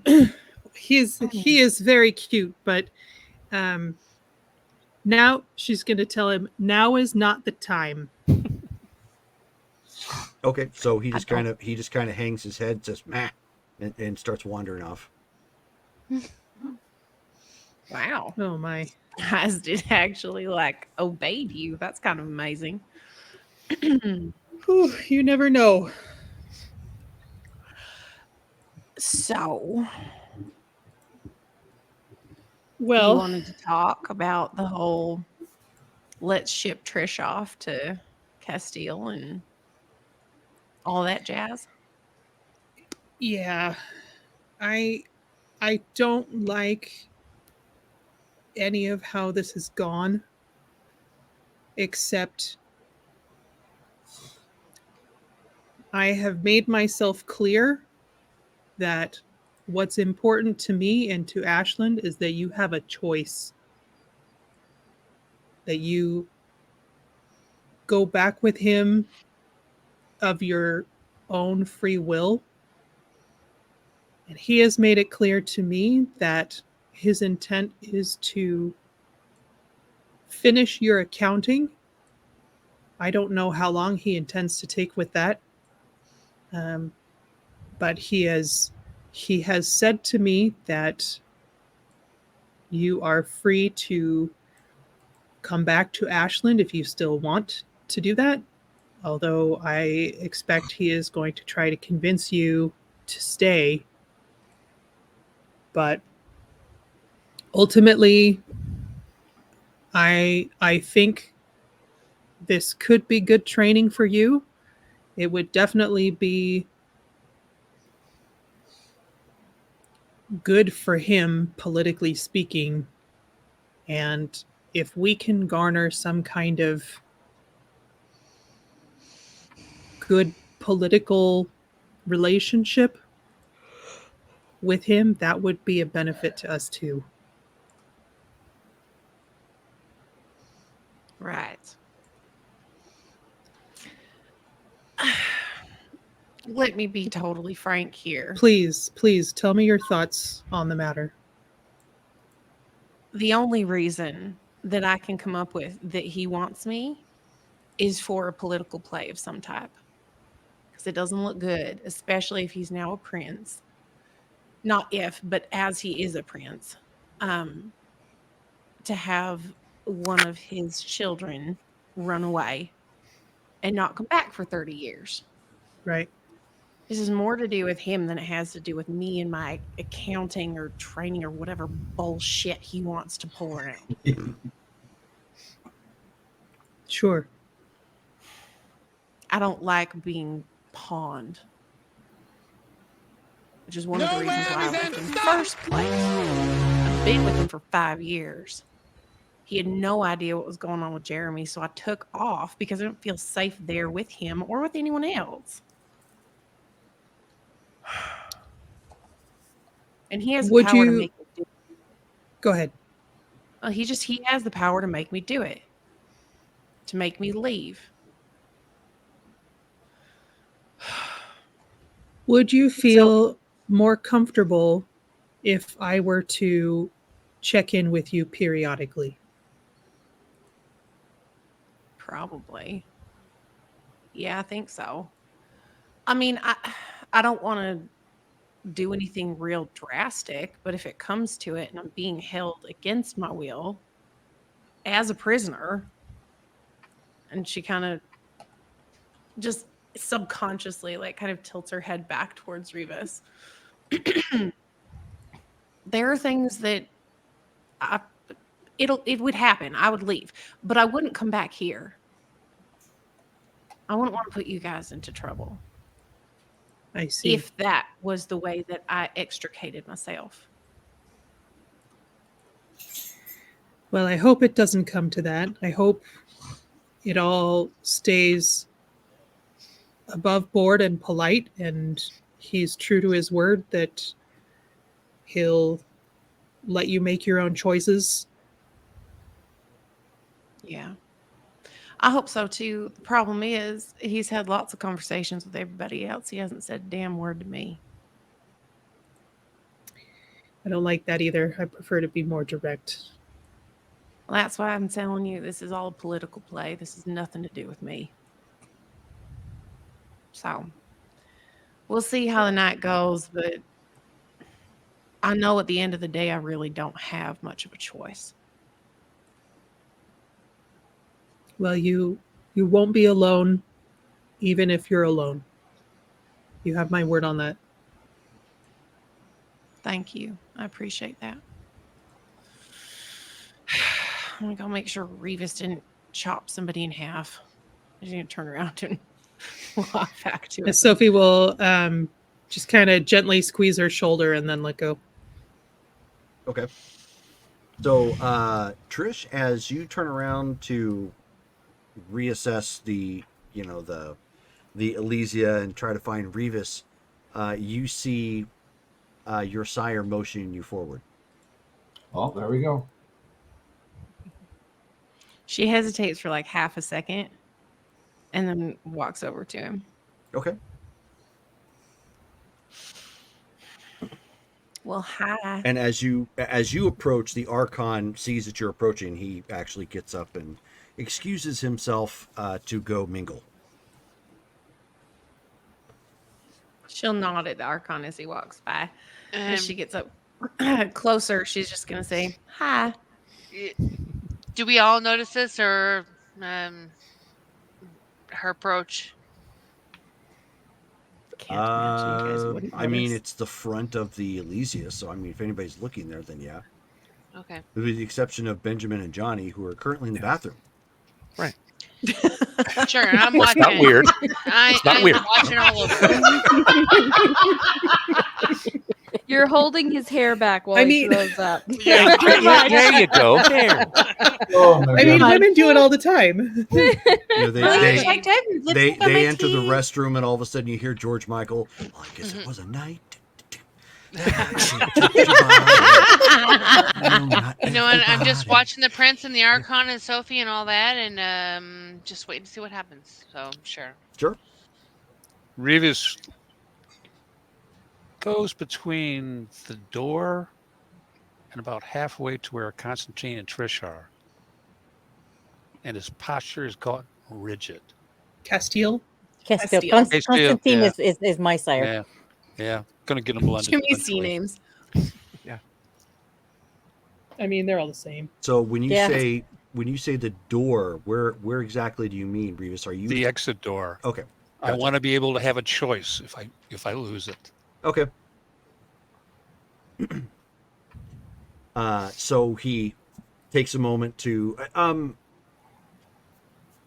you dressed up cowboyish or cowgirlish, correct? Country? Yeah, she has a simple spring dress that has like a ruffled bottom and sleeves Okay. and a long sleeve. I thought I remembered that correctly. Okay. Yeah. Let me take a look. So he takes a moment to examine you as you approach. Oh, great. And he says, well, it's not exactly what I would have chosen, but you do seem to have an eye for the southern states of the United States. Your audience, as it were. Okay. Does that... After 30 years, that's what you decided to say to me? Wow. That is an interesting way to reply to my compliment. I was attempting to compliment you. If you wish this to be more adversarial, I suppose we could do that, but that is not why I came. Sorry. No, it is quite all right, and I must admit your friends think rather highly of my abilities. I was unaware that anyone who attained the position of primogen or higher had omnipotence and omniscience. You'd be surprised some of the characters that we've all encountered in the last little bit. They like to play it safe. Well, let us just say it flattered my ego, but it was not correct. There was a general assumption that I knew as to what it was that you were doing all these years, and which I did not. If there was one thing that you did manage to do rather successfully all this time, it was to remain hidden. And I lacked the adequate resources to track you at that time. And I don't know if you know anything about our former domain, but it became Sabat. It did? It did. Which is why I'm no longer there. No, I didn't know that. That was why I left. I'm not surprised. I did pick up on some tips thereafter. This Jeremy fellow, or whomever you were tied to previously? Yeah. Yep. He uh, he came after me with with his pack, and he said run, and I ran. Hmm. I mean, it had been 5 years, but you were not exactly attentive anymore. Not that that's your fault. You kind of have life and whatever, but I was didn't feel like I really fit there. I understand. That is, and I am certain that your Baron would back me up in this, but that is our rather backwards custom to bringing you up and giving you your space. Yeah. So you essentially, I've heard through the grapevine what you want. You want me to come back with you to Yes, Seattle. I wish you to finish your accounting. What exactly does that entail? To fully become a Toreador. Okay, but what does that entail? What does that mean? So, I mean, I just live with you for 6 months? Do I have to go No, like to heavens no, finishing you would not school or? live with me. That's rather obtuse given the fact that you've been gone now for 30 some odd years. I would never. No. You would have your own your own haven that you could call your own. I would supply you with whatever you needed temporarily until you got yourself established. It is common for all Toreador to obviously take up an art, but then start producing to show why you are embraced. And you've never been given that opportunity. I did not just save you from that fire at that studio, only for your skills and talents to languish. And before you answer, I completely understand why you did what you did. You were on the run. It's not as if you could just stand on the street corner and he kind of curls his nose and said, become a busker. Hey, there's some good money in that, honestly. I'd perish the thought.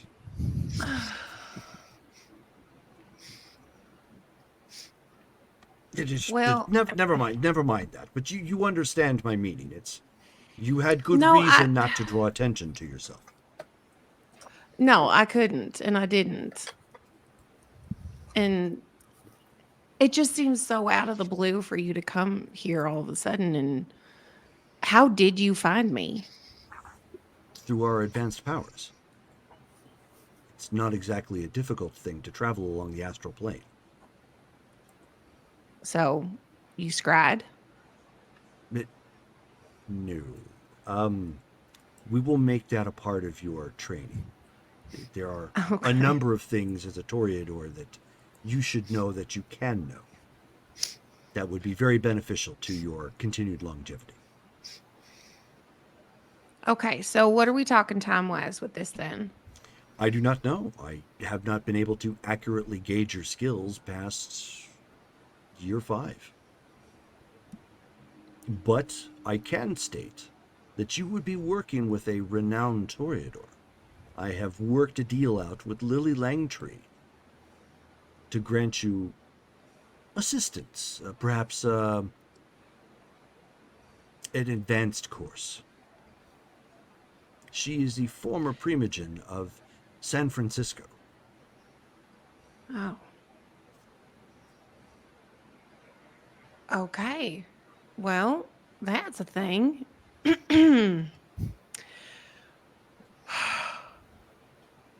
All right. So, okay. So I'm inclined to say yes to all of this, but I would like to know what you get out of me coming back with you. What I receive is rather, as individuals have pointed out, it is rather base and political. It looks awkward for a man of my stature having a child who has not completed her accounting. Yet you still live. It's not as if you left under negative terms. You simply ran. Something might So be it looks said bad if for you politically? It does to an extent. It's not detrimental, but it is something I would like to shore up. And there's no ulterior motives and Have you all of not that? had Because a I project don't. that you haven't been able to finish? Has there been a project? Lyrical sheet, a string of music, something long denied you that no matter how much you attempt to try, you just are unable to finish. There's always a distraction. Well, yeah. There you Being go. on the run for 30 years for your life is kind of a distraction. That would warrant as a minor distraction. I would grant you that, yes. That is really all it is. I understand that there are other factors at play and other issues that have arisen. I did not, of course, become aware that you were here until someone tattletaled.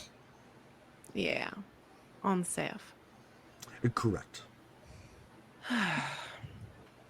I don't wish to Okay. have anything to do with it. If they wish to continue to have their little tantrum, they may. But if I can at least remove this from the table, then it is better for everyone. Can you do anything Can I do about anything that? but? About any blowback that Seth might have outside of being defanged? Before I answer that, I have one question. Why a cat?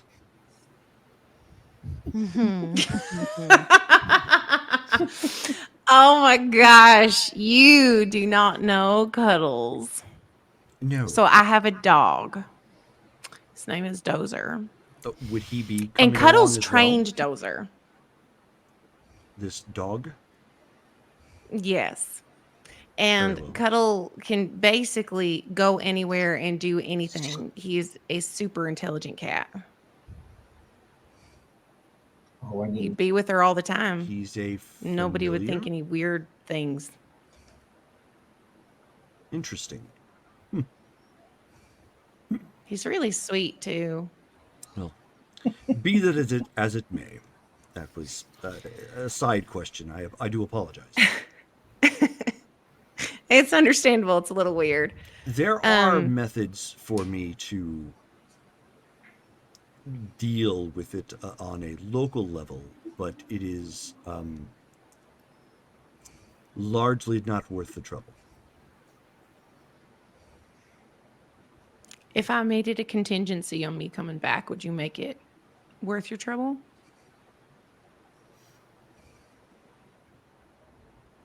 I don't know if you wish to go that far, and I'm unwilling to discuss the particulars here. However, I will discuss those with you on the plane ride back.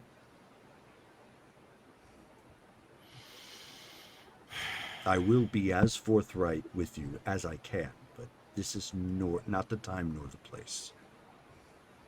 Okay. No, I get that. That's fair. That's fair. It's just she's family.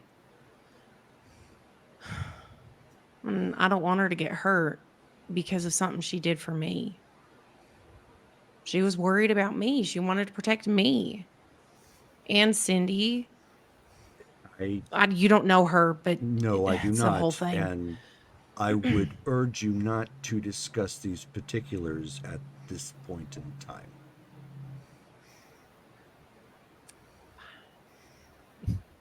All right. So would I be leaving with you like right after this? Yes, we would be going post haste. I would, of course, allot time for you to take whatever belongings and this dog, so that the proper security measures were taken and you had time to pack your things.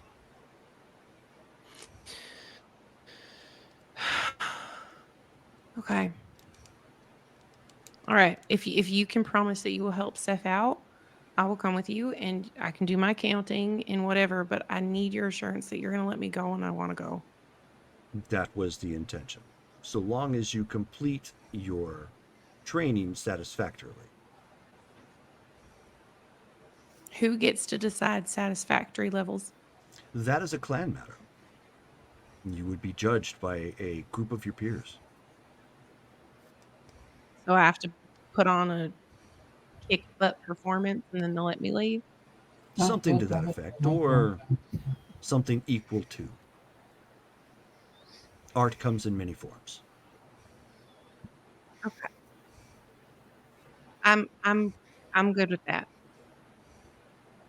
I'm good with that. And to be clear, I cannot necessarily assist with your friend Persephone. I can merely tell you some of the particulars after we have left.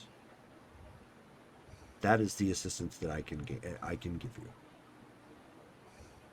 But if I know things and I can help with things, You may share them, but you cannot obviously assist. Not here. okay. Blood from a stone. All right. Okay. I will agree. Do we need to like shake on it or spit on it or The I'm southern sorry. colloquialisms. No, there is nothing of that manner that is needed. Okay. To the best of my knowledge, you have at least developed a sense of honor, and those individuals who know you take your word as such. I will take your word as such. Thank you. Do I like need to like bow to you? Or this weird, right? Like, Here, you're no. like a prince, but I am, like, yes, but here, no. When we get back to my domain, yes. Okay. That is all part of That your accounting. right. And if I may say, should you return, you may wish to share some of the Camarilla knowledge with these individuals. He just goes, ugh. Hey, they're anarchs for a reason. They kind of buck at the rules. Okay. There's I'm bucking the gonna. rules, and then there's ignorance of the rules. And Okay, let's that's just say true. it would be wise if they learn of certain stop signs, to put it in another parallel. Okay. Yeah. Mm. Okay. I'm gonna go back over there then. By all means, please And do. I will not bother you for the rest of the evening. okay. She turns to walk away and then just kind of like does a half turn back and said, "You look good." Well, thank you. It kind of gives him a little smile and then turns all the way around and walks back to Revis. So I'm going. Yes. So, should I give you a glass red rose or just a red rose? I don't know what that means. Roses are something that toreadors are attracted to. Oh, well, of course. I mean, roses are just fantastic, but what do you mean glass red rose? He walks you over by where the entrance is and picks up a long box and opens it up, and you see a lovely glass rose, about 18 inches long. Not the glass rose. He just kind of smiles, walks back inside, takes out another box and opens it up, and there's a solitary red rose. This one's fine. Then he looks at it and goes, if we trims it a little bit, we could kind of pin it to your lapel. No.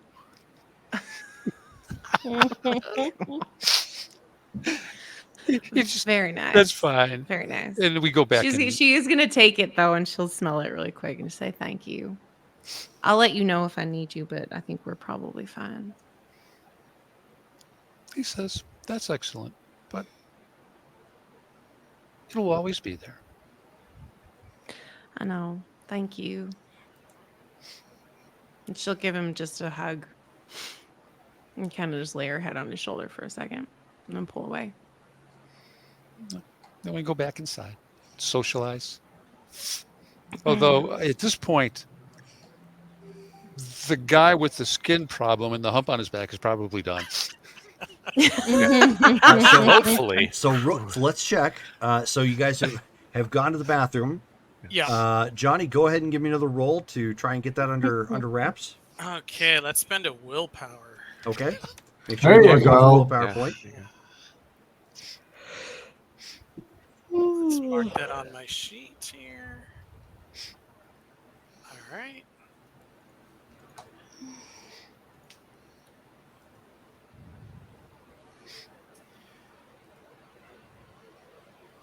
Difficulty 8, right? Yes. No, wait. Wouldn't it be lowered now because I have a mirror? Oh, yes, it is. Yeah. So difficulty 7, because you've got a mirror. You can kind of see what you're doing. Okay.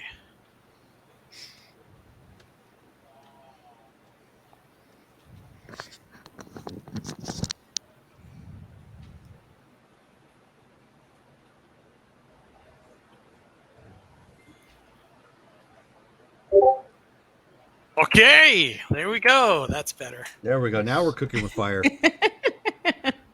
4 successes. Indeed. So now he kind of pulls up his shirt and is able to look in the mirror at this point, and between figuring out how to do it backwards because he's looking at a mirror reflection, he's able to push it down further on his back, so when he throws the shirt on, you can't see it. When Ben sees that, he's like, "All right, that's weird and creepy, but you did it. Good job, man. Oh, thanks." And it no longer looks like a weird angry hump. Yeah, you need A to pus-filled hump. Yeah. Yeah, keep that hidden if you want to stay here. Definitely. Damaris, you didn't follow him into the bathroom, did you? No. Oh, okay. Sorry, no, I didn't. I just It's saw his it there. shoulder angel. Yeah. And so Ben's like, I gotta ask you, Sure. before we head back with the others, how long you've been, or let me ask you, what's your master? affiliation? Which sect do you ally yourself with, Johnny? I want to join the Anarchs. I don't want to go back to the Sabbat, and I don't think the Camarilla likes me. So, It's a hard sell for the Cam to take on a Sabbat. Yeah, admittedly. So, hopefully, I won't have to be running around anymore, and I can live in Ashland. So, why are you leaving the Sabbat? Oh, that he'll kind of. You can see the expression change. He gets really sad. My sire was killed in the Civil War, and after that, I couldn't stay.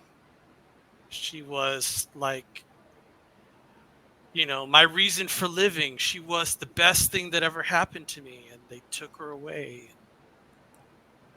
I just don't want to be with them anymore, so I ran. Even though he's technically not supposed to, Ben is going to or percept. Go ahead. Difficulty 8. Perception and empathy.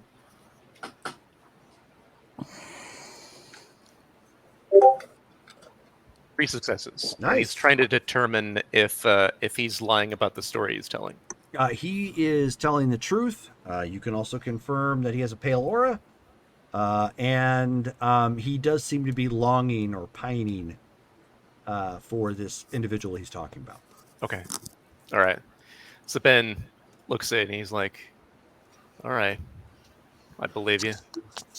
Yeah, they're pretty what? They're not just pretty rough, they're monsters. Yeah, they pretty gruesome stuff. So yeah, Hopefully, the Baron says I can stay, and I don't know, get a job or something. Well, we've got opportunity here, and choosing the Anarchs was the right choice, my friend. So, just keep your head on straight. Don't say anything weird while you're here, and we'll Oh talk more yeah, after Elysium. sure. Okay, yeah. This is my first Elysium, so I don't know what I'm doing. I mean, the art looks nice. Yeah, you're just supposed to be hoity-toity and, make sure your etiquette is all right and you got the proper manners and it's all good. We're not usually like this, but we've got the other two, the Archon and the Prince. Yeah, what How are much those? they're higher ups in the cam. So you don't know that much then. You didn't learn that Right. much in the Sabbat then, I take it? No, I mean not about the cam. So are like they higher or lower than a bishop?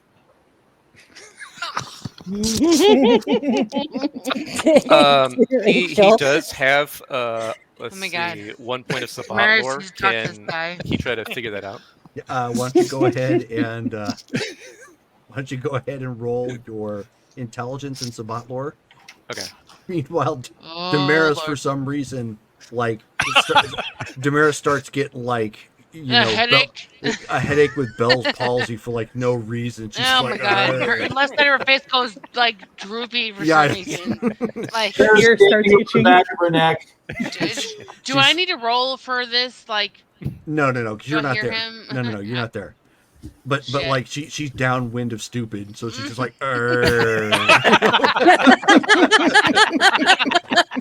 Downwind of stupid, that's right. Senses it in her soul. At this point, yeah. So Ben does have the merit scholar of Sabbat. So what's that Oh. difficulty going to be? right. So that Yeah. so that would be, he's asking a base question. Yeah. So that would be a 6. So it's actually a 4. Nice. See if this works. 3 successes. Okay. So then you would be, now that you actually have some Sabbat lore, you could kind of put the two together, and some working knowledge, obviously, of the Camarilla. Bishop kind of translates to a prince, almost. Okay. And an Archon is more like a oh shoot, what are they called? That'd be like a Templar. Well, Templars can come in two No. different forms, if you remember correctly. Okay. So Archon would be more like hang on a second, ranks of Sabbat. Actually, I have to look this up. Not an archbishop. Like, No. Oh, perfect. Here we go. Oh, whoever made this page, I hate them. It's dark red text on black. Yeah. Oh. I'm just trying to look up. I'm just trying to look up Is the it- ranks. Is So, it a 90s website? Yeah, like all us old schoolers, Yeah. like. Is it on GeoCities? Was it? Is Like it Ghost- City still even No. exist? Like Lycos chat or whatever. Like, Right. Something like that. I remember Here we go. GeoCities. Perfect. Okay.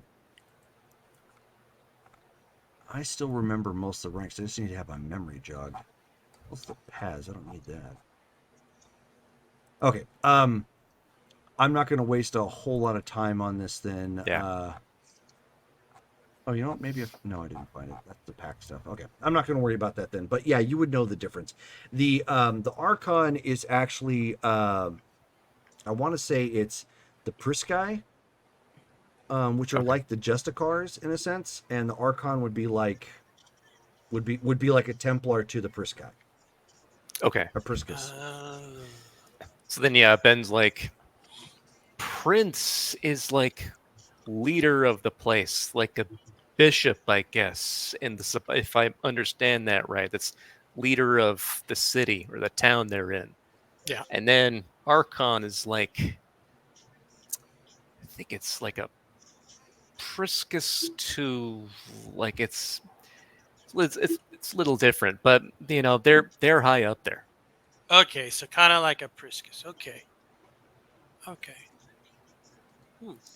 So, yeah, they're usually not here. They're here because of, well, a little bit of what you saw out there.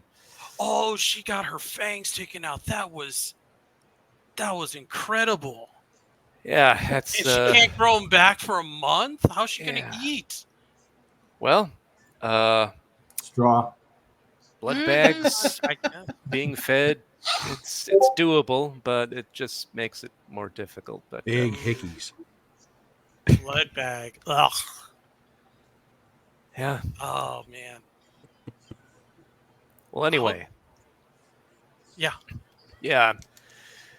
Glad you chose our side. Yeah, we'll talk more, and I'll get you more in touch with Sophia. I saw you talk to the Baron earlier. Yeah, this mountain lion came up and was like roaring and meowing or whatever, and then this text to speech started coming out of its back, and it was like, "Go to Elysium." It's like, what is this?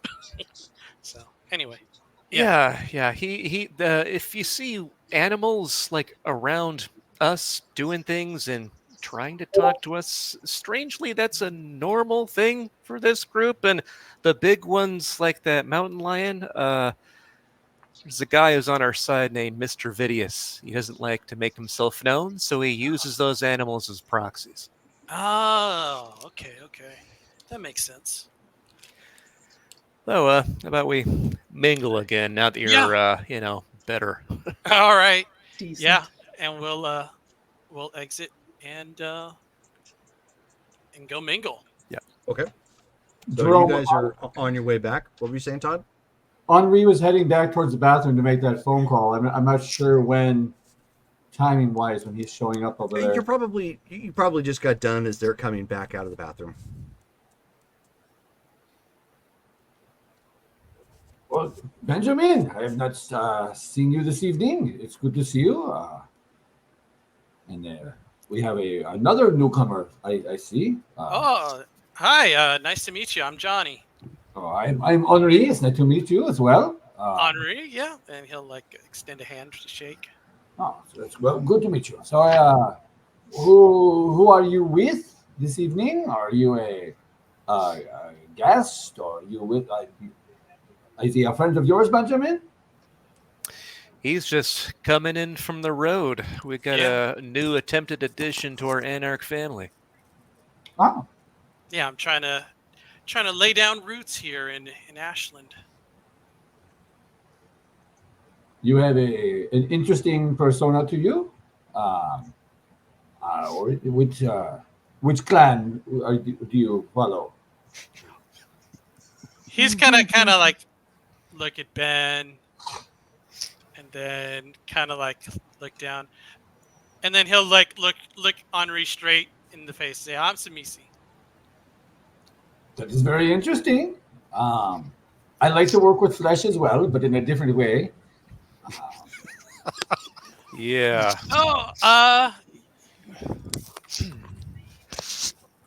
He's a leather worker. Johnny, a leather worker. Okay. Well, actually, Johnny, when he says that, give me a wits and awareness check. Sure. Difficulty 6. Wits and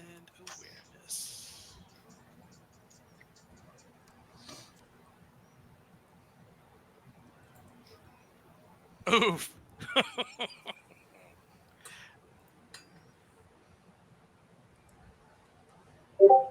Oh my God. Okay. Okay, cool. You got 2. Wow. All right, so Johnny, when he says that, there's a little sparkle in his eye. He likes his leatherworking a little more than he's letting on.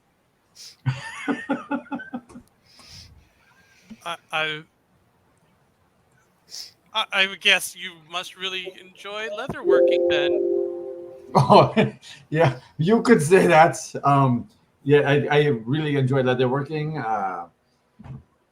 Benjamin, is it as of the right if I tell him my specialty? I just met him, and the last thing I want to do is get Revis mad at me for oversharing again. So Ben looks around. Are we effectively alone in the spot that we're at? Yeah. So he's like, As long as you keep it down, make sure your voice doesn't carry. He is from that troop, so he's probably used to that type of thing by now. All right. Well, my specialty is anthropomorphic bibliotech.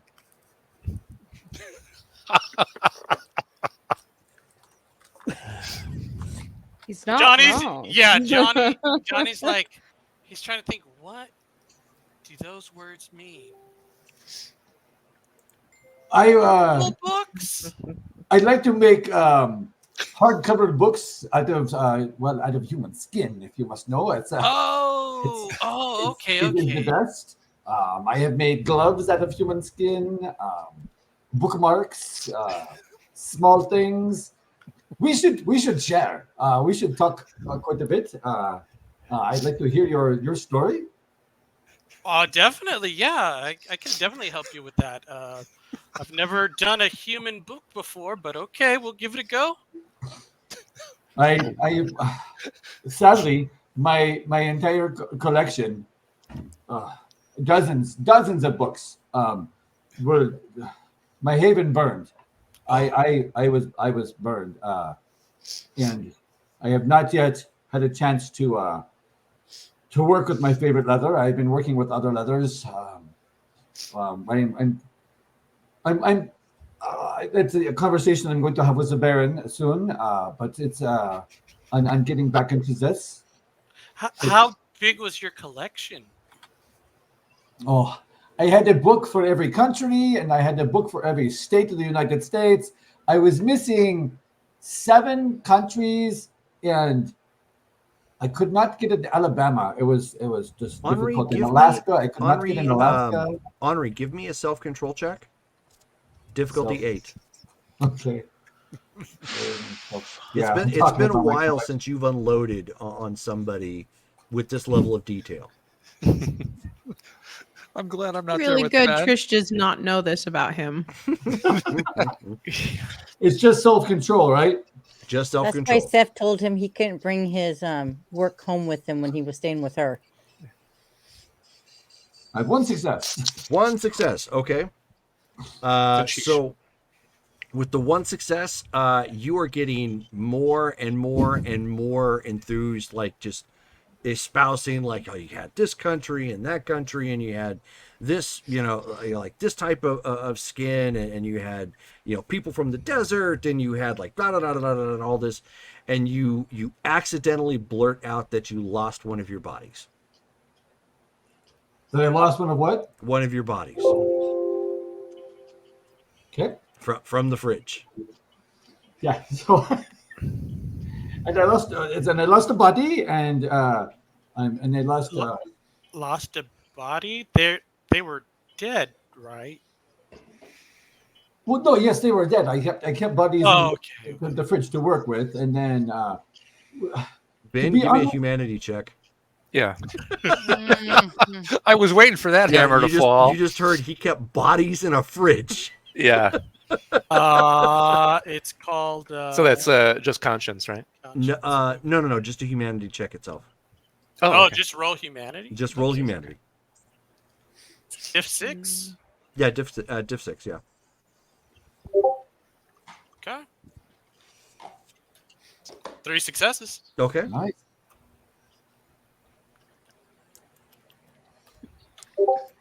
And 4 successes. Oh, nice. Okay. Drat. Everybody's good.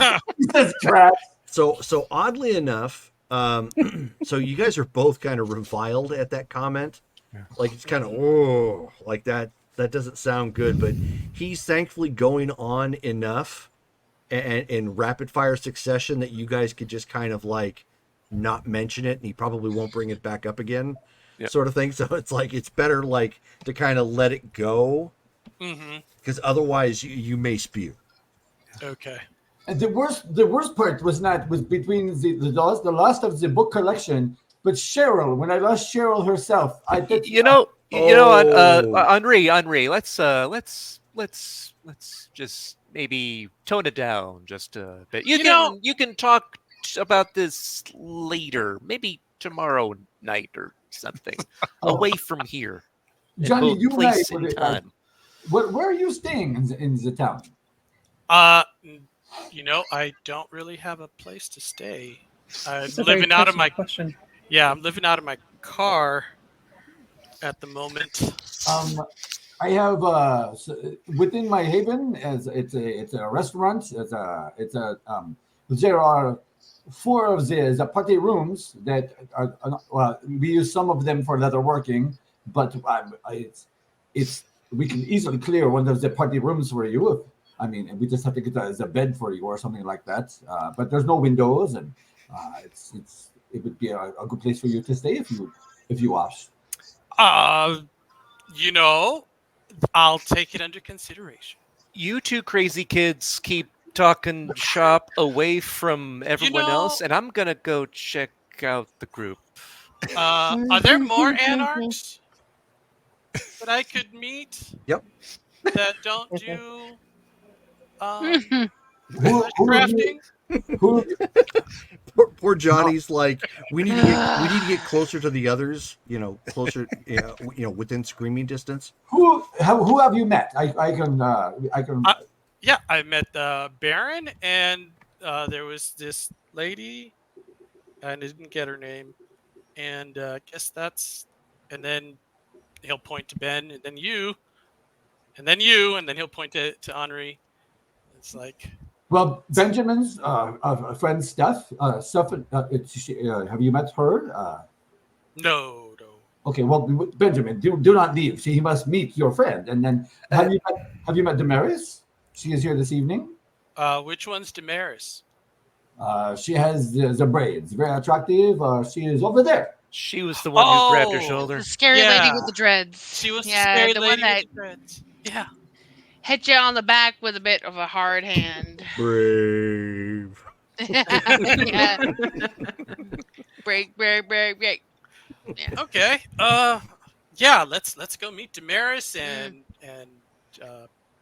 yeah. Well, Benjamin, I will allow you to lead. You seem to be, I'm picking up a little uncomfortable with the conversation. But Johnny, I don't know where you land on this, but we will talk later. Absolutely. As Rivas would say, I will make my conversation more appropriate for the function. Good idea, librarian.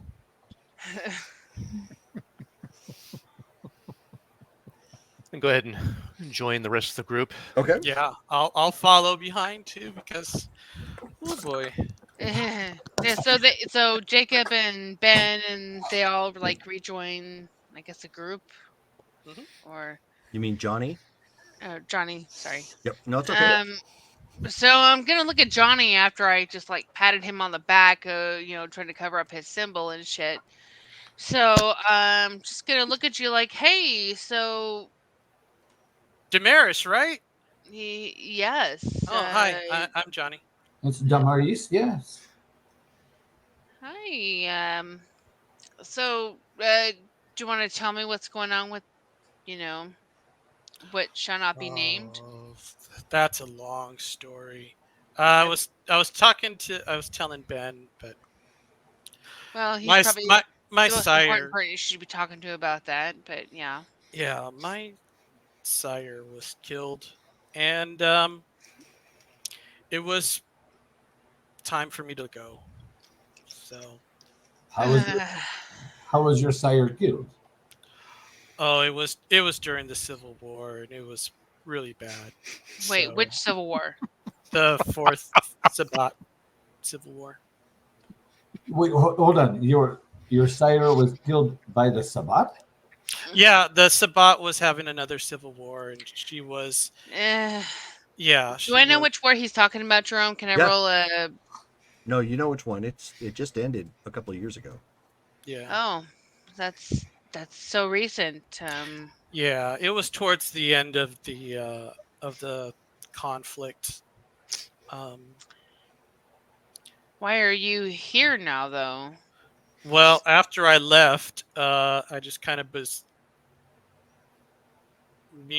going up and down the West Coast, not really having a place to stay. Well, wait. You were. Oh, I kind of like you were Sabbat. Yes. Yeah.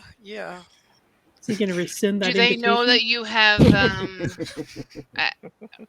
I guess she's that gonna makes look sense. around and she's gonna try to keep a tight rein on her emotions. Do they know that you have arrived here? He's just gonna shrug. I don't know. I haven't been bothered or followed or The anything. fuck? And No. she's gonna say that out loud. The fuck? Damaris, roll your self-control check again. Yeah, that's exactly what. Does the Baron Difficulty Damn it. 7. All right. I mean, it's been what, 2-3 years? Does the Baron Even know more you're so. Oh no, God. no, we would have to. Hold on. Let me get in there. Difficulty 7, you said? Difficulty 7, yes. Self control. All right. Oh, poor Damaris. Jesus. Hold on. I have to double check. And you thought you were going to have a boring evening. No, I didn't think I was gonna have a So who thought boring that? evening. No, not me. Not it. Difficulty 7. 2. Okay. Nice. Yeah, so once again, Damaris, you're downwind of stupid, and you're just like, you can't help it. Your face just shows it. You're just like, you're like, I can't believe what he just said. I'm gonna punch him. Ow! In Elysium. So if I see that, Yes. Ben's gonna reach out to try to grab her punch before it connects. So roll initiative. Okay. Just Damaris and Benjamin. Don't do it. No, I can't not punch stupid. Okay. I'm sorry, I just can't. Okay. I'm Okay, sorry. So so I apologize. What am I rolling? Picture those dumb shirts of I was stupid you with the said, arrow on it. you know? Just, Initiative. yeah, it's just 1d10, and then you're going to add your wits and dexterity. So I got a 16. Oh, you have to use the other roller to do that. Yeah. For the 1d10, yeah. Okay.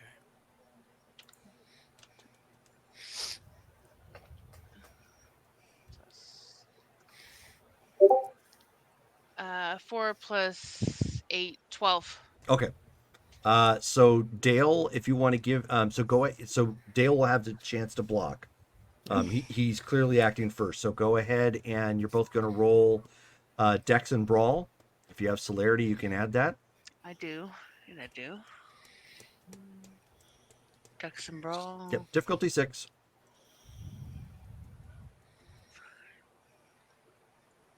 And Ben's gonna spend a willpower because why not? Okay. Ditto. This is great. It's not me this time. I'm just happy about Hold that. on. I think I did it wrong. You're supposed to. It's a /MM this time. Oh, that's right. Jam! Woo! Oh my god! I can't beat that. I know I won't be able to. You can't beat But, 7 alright. successes? No. Real the fuck, dude. Right. Hold on. That's because Ben's the man. It's because Ben is not large, brown, and posing as a mountain. Otherwise, if that was the case, then Technically, I have those explode. 2, 4, 5, 6. so Nope. close. Close but not cigar. So, Oh no, 7. Willpower. Oh, but you both burn for Oh. willpower. But yeah, I did too. So technically 8 here. Oh, damn it. All right. So she quickly snaps in a punch, and then Ben throws up a block and got that out of the way real quick. Even before Johnny was realized like Does what he- had happened. Yeah, eyes. Did he add wide. celerity to that? Me? Oh yeah. You can do that without actually spending blood. Because it's a dexterity based action. Yep. You add your So was- celerity dice. Just asking, was the celerity included in that? Yeah. Oh, okay. Sorry. Go on. No worries. And right after that, Ben's like, "The hell are you doing? Not here? What's wrong with you?" He Did I deserves say it. something wrong? Yes. He deserves it by admitting the truth of what happened. What's wrong with you? I spent one evening with the Sabat and they came chasing after me. You were with them for a while. They're going to come chasing after you. It's just as simple as that. Well, sure, but clearly they haven't gotten to him yet, and if he's been alone, then they kind of suck at getting them, don't they? So I No. guess it's not that big of a deal right now. No, right now. Oh my god. Really? And she's going to roll another self-control check. Okay. Jerome, how obvious is this The fact altercation that he becoming? is saying that. Are you kidding me? Like, I she mean, got it's- kidnapped and it's- lost an arm. Yep. Yeah, go ahead and roll again. Difficulty 8 with that. Oh my god. For self-control. And Revis, yeah, it's noticeable. There's everybody can see that there's an argument forming over near new guy. Poor Sophie. Poor Sophie. What the? She's trying so hard to be professional and show these guys that she's got us under control, and Damaris is about ready to take out the new guy. What the hell? Revis. Sorry, that was the wrong one. Revis would start drifting that way. Seth is just watching. That was the wrong one. Sorry. Give me one second. Trish is gonna reach out and just grab Revis's arm really quick and just. Do you really want to get involved in that? I think Ben's got it. Hold on. He just kind of stops and looks at her and goes. I don't think I'm And rolling stops. them right. It's just not the slash R. It's slash MM. But it's only your self-control. Yeah. You don't have 6 dice to your self-control. Or 7 dice, I should say. 8. Okay, sorry. No, nothing. Not a fail, but I didn't succeed. So that's a frenzy. So Ben's All right, I take it back. You can go get involved. If he sees it happening, he's gonna get behind her and like just kind of pin her to the ground until it runs out. On its course or And whatever. unfortunately, you knock back her her hair and stuff, and you see symbols along her hairline. Oh, that's right. Ouch. Uh-oh. I would be I forgot about protective that. of Okay, theirs. so hold I on one would sec. step in with Ben to restrain her as Hold well. on, hold on one sec, please. Okay. I I mean, really, technically, doesn't really affect him. I think.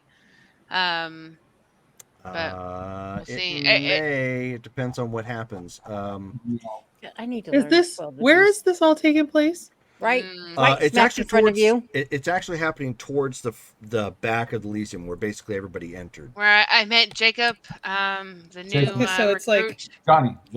Johnny. Sorry. it's in the main room, but not like.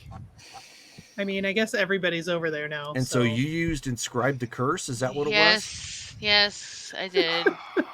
Nice. Which I one? was Which one did you use? contingencies. Yo, don't blame me.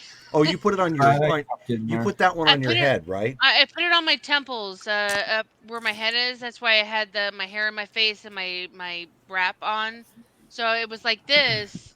And then basically when she got knocked prone, it would have like knocked shit out of her head or Okay, out so of her this face. this may not be a big deal. So 1 second. So if I know Dale, it, could I try to recover it or cover it? no, because you're frenzied. Dale, you're just trying to like tackle her to get her to the ground, or Right. Okay. I So don't that- think it'll affect him. That should be fine. You can see that she already has like magical writing across her head. So as she's frenzying, she turns Tasmanian Devil. So we don't have this, go running very long. Ben and Henri like kind of dog pile on her like she's got a football, and try to keep her down. And she's like, Johnny's gonna like run in the other direction. You should. Yeah. so I think. Sorry, go ahead. So I was going to say, as he starts running, the doors of Elysium are shut, and you can see that some of the people from the security are now watching what's happening, and they're standing in front of the door. Sophie? Sophie is going to project majesty and walk very deliberately over to whatever this scuffle is and demand to know what is happening. Play it out then. What does Sophie specifically say? What is the meaning of this? Wherever Revis was, he comes to a dead stop and drops to one knee. He's not looking at her. Okay. Stops right where he's at. Drops down on one knee. Obviously not a non-combatant. And I will say dramatically, like, this failure is in our city. Oh. And who can I tell that? Who is she referring to? Jacob or John. Johnny. Sorry. I don't know why Failure. You should just call him a different J name because you don't like him. No, that's okay. I'll call him the failure. Johnny This failure Jacob is in Johnny. our city. He's like John Jingleheimer Jingleheimer Smith. John Failure Jingleheimer Smith. This couldn't wait. Yeah, that's what I'm asking. Why do we need it to wait? We don't air our dirty laundry in public. And she looks at Sophie. Who has Majesty up? Not Sophie. Sophie. Sorry, Seth. That's what I meant. Really? We don't allow this in our city? She looks at Sophie directly. Or not Sophie, Seth. Stephanie. And then back at John. John's not there. John booked it. Sorry, I guess I'm confused. He's hiding under a table. Still there. Yeah, I don't know how far I got because the Please leave a message. You clearly could have gotten like several feet away from her. I mean, because Okay. she's not going anywhere. She's body tackled by Ben and Henri. Okay.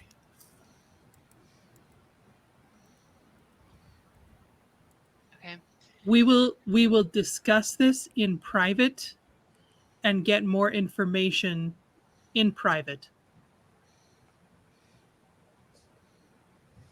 Do I need to roll anything to try to No, at this point you're already out of frenzy. control myself?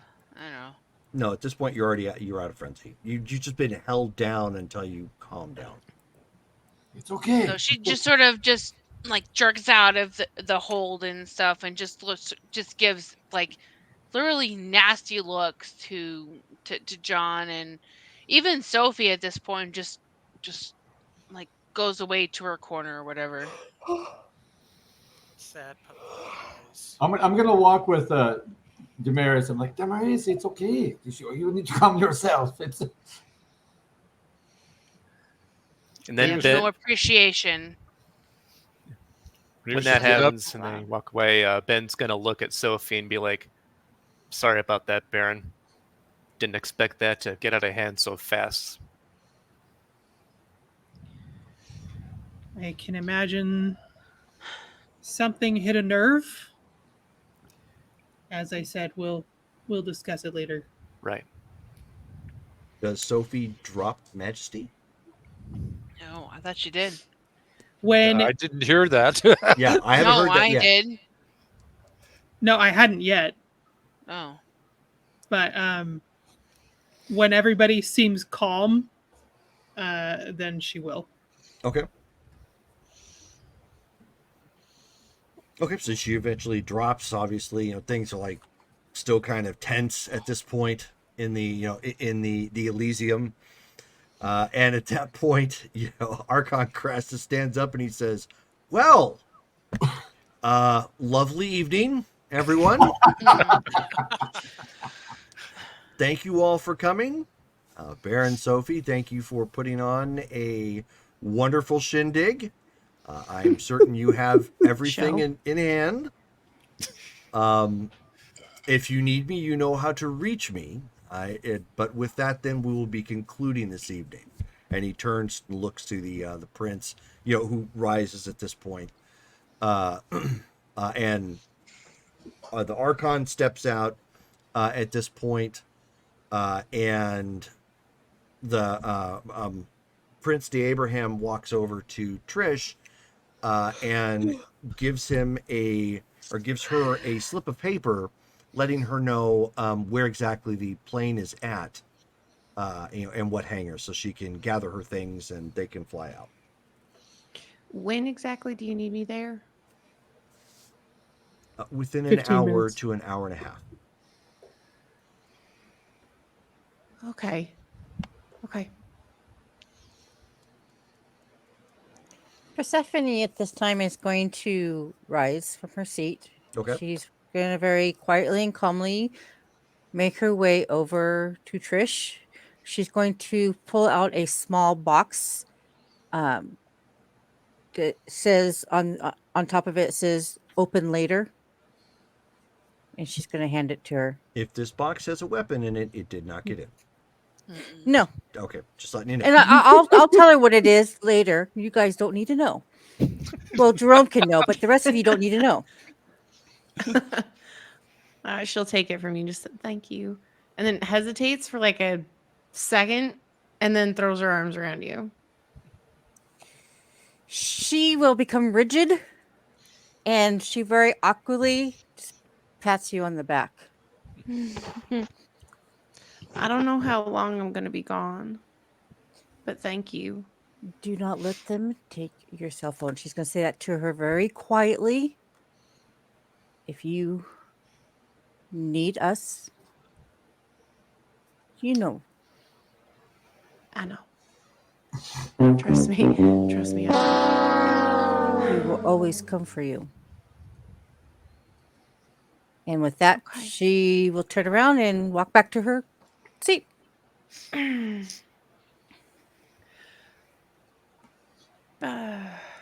is going to go find Ben. Yeah. Ben's there. He stands there. Are you like right next? Are you right next to like us right now? He's probably not far. Yeah. Okay, she's just gonna go over and grab him, and say, so I came with you guys, but I need to go now and Right. gather my things and go. I don't think it's gonna be a problem me getting back from Seattle.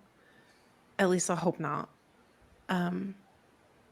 But I just want to say thank you for helping me so much at the beginning.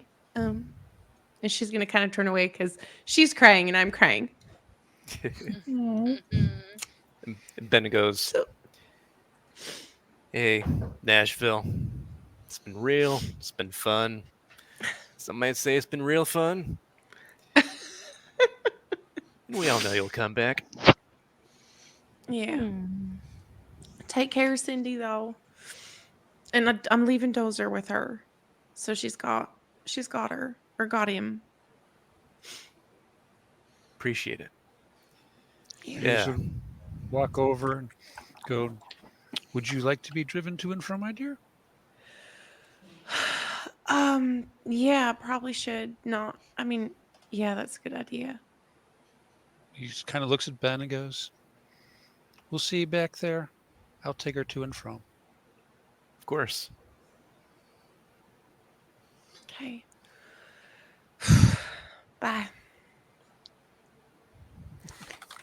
Head out the door. So, Haley, I'm going to PM you what is in the box. Okay.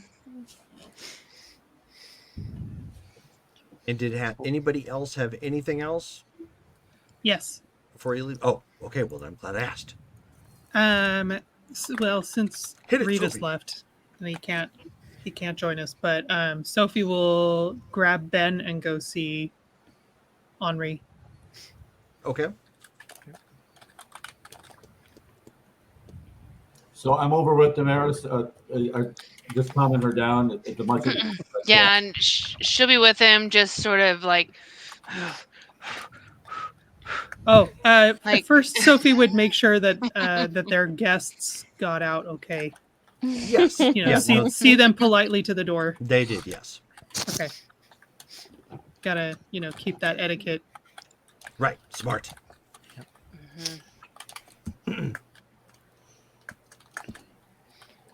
You okay? I will be. I'm guessing that was some Sabat comment. Yes. The new Zamisi in town needs to have a bit of education, especially with the symbol they have plastered across their back. So he's New, fresh. new from the Sabat. So I feel a little bit of obligation to try and talk to them, but I also know that they are part of Malcolm's group. So perhaps I need to talk to him about permission. Who's a part of Malcolm's group? John, No. did I miss that? Yes. Or misunderstood that? Harper is. Yep. Harper is, not Oh, Johnny. is John? Oh, John's just by himself. scratch that. Scratch that. Sorry. I No. I will need to interview him later about the threats that he's coming with. Perhaps that's part of your discussion. Yeah. Because it's a well-known thing that you don't just leave a group, especially the Sabat, without hangers-on. Mm-hmm. But he's been gone from them for a while, so it's not like they're here yet. But How likely it it's bound is? to be How somebody. likely is it that he would have just been overlooked? Depends likely- on who and what he was involved with. Yeah, we could ask him, like, if his entire pack was destroyed or something. Then we could be definitely nobody. need to find that out. I just didn't want to bring any of that up with, mixed company. No, you were right not to bring that up. But we're gonna have to figure it out. But in the meantime, Henri wanted to meet with us, Ben. Right. What you need, librarian? Oh, is it okay to discuss? Yes. Should I be here for this, or it's do I up to need to Henri. go? I think that this would mainly just be Benjamin and Rivas with Okay, with the I'm gonna go. Tomorrow's will leave. Okay. So I have I've been distant for quite some time, and I am have been as part of becoming part of the Anarchs. It's trying to find my place with not just the Anarchs, but laying roots, as they say, is to be more of one with the group. Rivas had made a deal with Danny, and there was talk of teaching Danny obfuscate as payments for helping me with my my needs. Has this? Is this the feed and stuff? Yes, was a fitting. Yes. Okay. So this is my situation, and I think that this is not something that Rivas would have to. I should be the one obligated to teach this. I did not know to what level we are going to teach Danny this ability. So you're wondering if we're trying to restrict teaching him powerful stuff? Well, no, if we are teaching him obfuscate, I mean, I have I have obfuscate that I can extend my powers to others. So it's more advanced the level that I have. So I did not know if this is, and of course it's not going to be hello. Here's a bonjour. Here's the top level for you. And but I'm just making sure that what I can teach him. If it's just a level of the obfuscate and or maybe a master.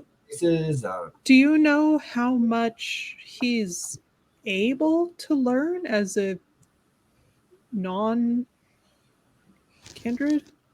I do not know. As a ghoul, I do not know what his maximum allowance is. As a Bartovich, I do not know. They are I not. wonder if they're a special case. Right, because they are not the typical ghoul. So I did not, Right. normal ghouls only have like lower levels of power. So, um, but Well, how do you, Ben, you maybe spend a little more time with them than I have. How do you feel about them? Like, what's your confidence level with With the them Brodoviches? getting along with the city? I mean, they've been nothing but helpful. They could have done stuff against us, but they haven't. Okay, so maybe it's just my prejudices getting in the way. Um, are we in agreement that we should just, include them in all city business that is relevant for, this stuff? I mean, Danny's he's rough around the edges. They all are, but that's because of where they came from, right? We all started from somewhere, so That's I think they're good true. people. I don't see any threat with teaching them stuff or letting them in on business. It might help. Plus, I mean, they're rich and they want to help us and they can do things. I can So, just imagine the way that, you know, I can just imagine Castile's face when Danny walks in the door. well, How Danny y'all can doing? probably put on a suit and tie if he was told to ahead of time. I mean, he's not without any culture. He's got his manners, and mostly. Darren, look at me. If I can clean up, Well, Darren, but you're part of this world, whether Prince Castile, wants you here or not. I But they're sort of on the fringe. this is true, but I spent decades within the sewers, living away from people. Um, when Benjamin Rivas, when you all made it very clear that if I'm going to be a part of this group, this clan, I needed to adapt more to being with others. When I was when I lived with Seth, um, I had to bathe when I was with her. I mean, there was stipulations with her mother and father. That's just what was expected. Um, if I can adapt and change, Danny can as well. I would like to spend time with them. Um, they have inclinations similar to my inclinations. What they work with are things that I work with as well. And I know that makes you uncomfortable, Darren, but there are things that I can help with him, and he can help with me. And Ben turns to Sophie and goes, I mean, it sounds like they're kind of made for each other when it comes to this stuff. And if they can just handle each other's issues and Henri's needs without anyone else dealing with it, Having to worry about that. I that'd be do nice. I do like that. I like that a lot. Yeah, if you ask me if the Bradoviches are trustworthy to let them in on things, I'm saying yes. And the last thing I need to let you know is I have been working. It is very Nosferatu upon as a I have a spawning pool that I have been working with um, that I have been feeding blood to, and I have been feeding the rats. Um, Oh boy. but with my animal ken and my animalism, I've been talking to these rats, and other Nosferatu have a beat upon society and a beat upon the city, and I have not given a shit about this for a while. But I think that my ratties, um, I could speak to them, and they can go within the city and see things, and I can have my own little rat army per se, and they can give me information because they can see things. I am Sophie's face through this is a little bit alarmed and a little bit freaked out, but also like she's trying to be Am I neutral. there for that or No, No. you left. no? Okay, but you're but they're um but you can control them. Yes, I can cause them. I can control them. I speak to them. Because we don't need like a rat infestation. No, it's not, they're not an infestation. They're already there. I'm just making them stronger and bigger and smarter. As long as you can handle them as well as Mr. V can handle his minions, it might be good.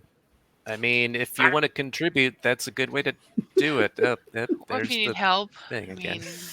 I've been working on this for almost a year now. It is coming to Oh my fruition. goodness. The pool is coming to fruition. I just need to. This is something I want to speak to Danny about. There was a breathing of the animals, and I would like to maybe have cats. So if I could have a conversation with your Danny cat. No, I lost him again.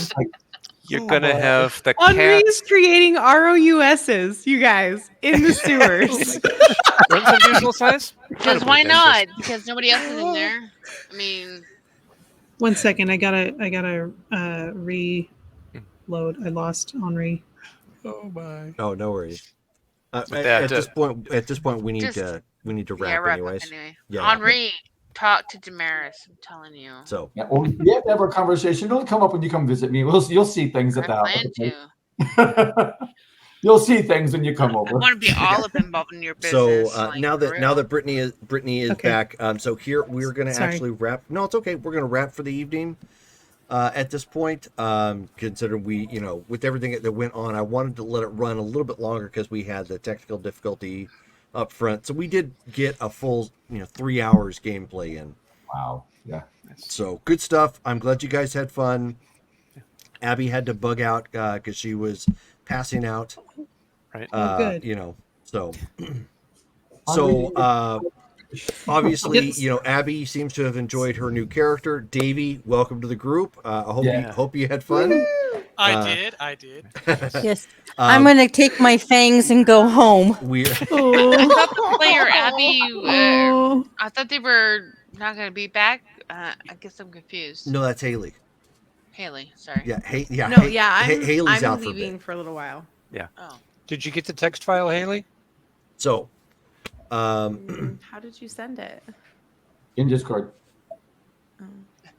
No. Discord, go to the notes I guess section. you put it in notes. Oh, So there it anyways, is. Yep. So the next game we have coming up is tomorrow. That is our Marvel Superheroes game. I'm really interested and excited about that one. And since we have most of the technical issues out of the way, we know Brittany can handle audio only. Yay. So she'll be able to play for that. So we're ready to rock there. Next week is our Cyberpunk game on Wednesday at 7 p.m. Mountain Standard Time. Now the time zones have changed. And then we should have Street Fighter on that following Thursday. Oh, wow. Then on the following Saturday, so not tomorrow, but Saturday after that, we're back to Blood Ties. So we're back to figuring out just what the flip is going on there, and who owes what for how many cookies, and pick up the pieces. So God, that's 10 a.m. for me. oh dear. Oh dear, an hour earlier. Yeah, but you don't know that 1 hour of sleep. Oh, shut up, Ben. No, I do Yeah. because of work. Like, Oh. yeah. Yeah, but I'm retired, so I get to sleep in. All right, well, that's what we're going to call for tonight. Thank you guys again for playing, and we'll be tuning in again next time. That or video on demand. Good night, guys. Okay. Bye. And string.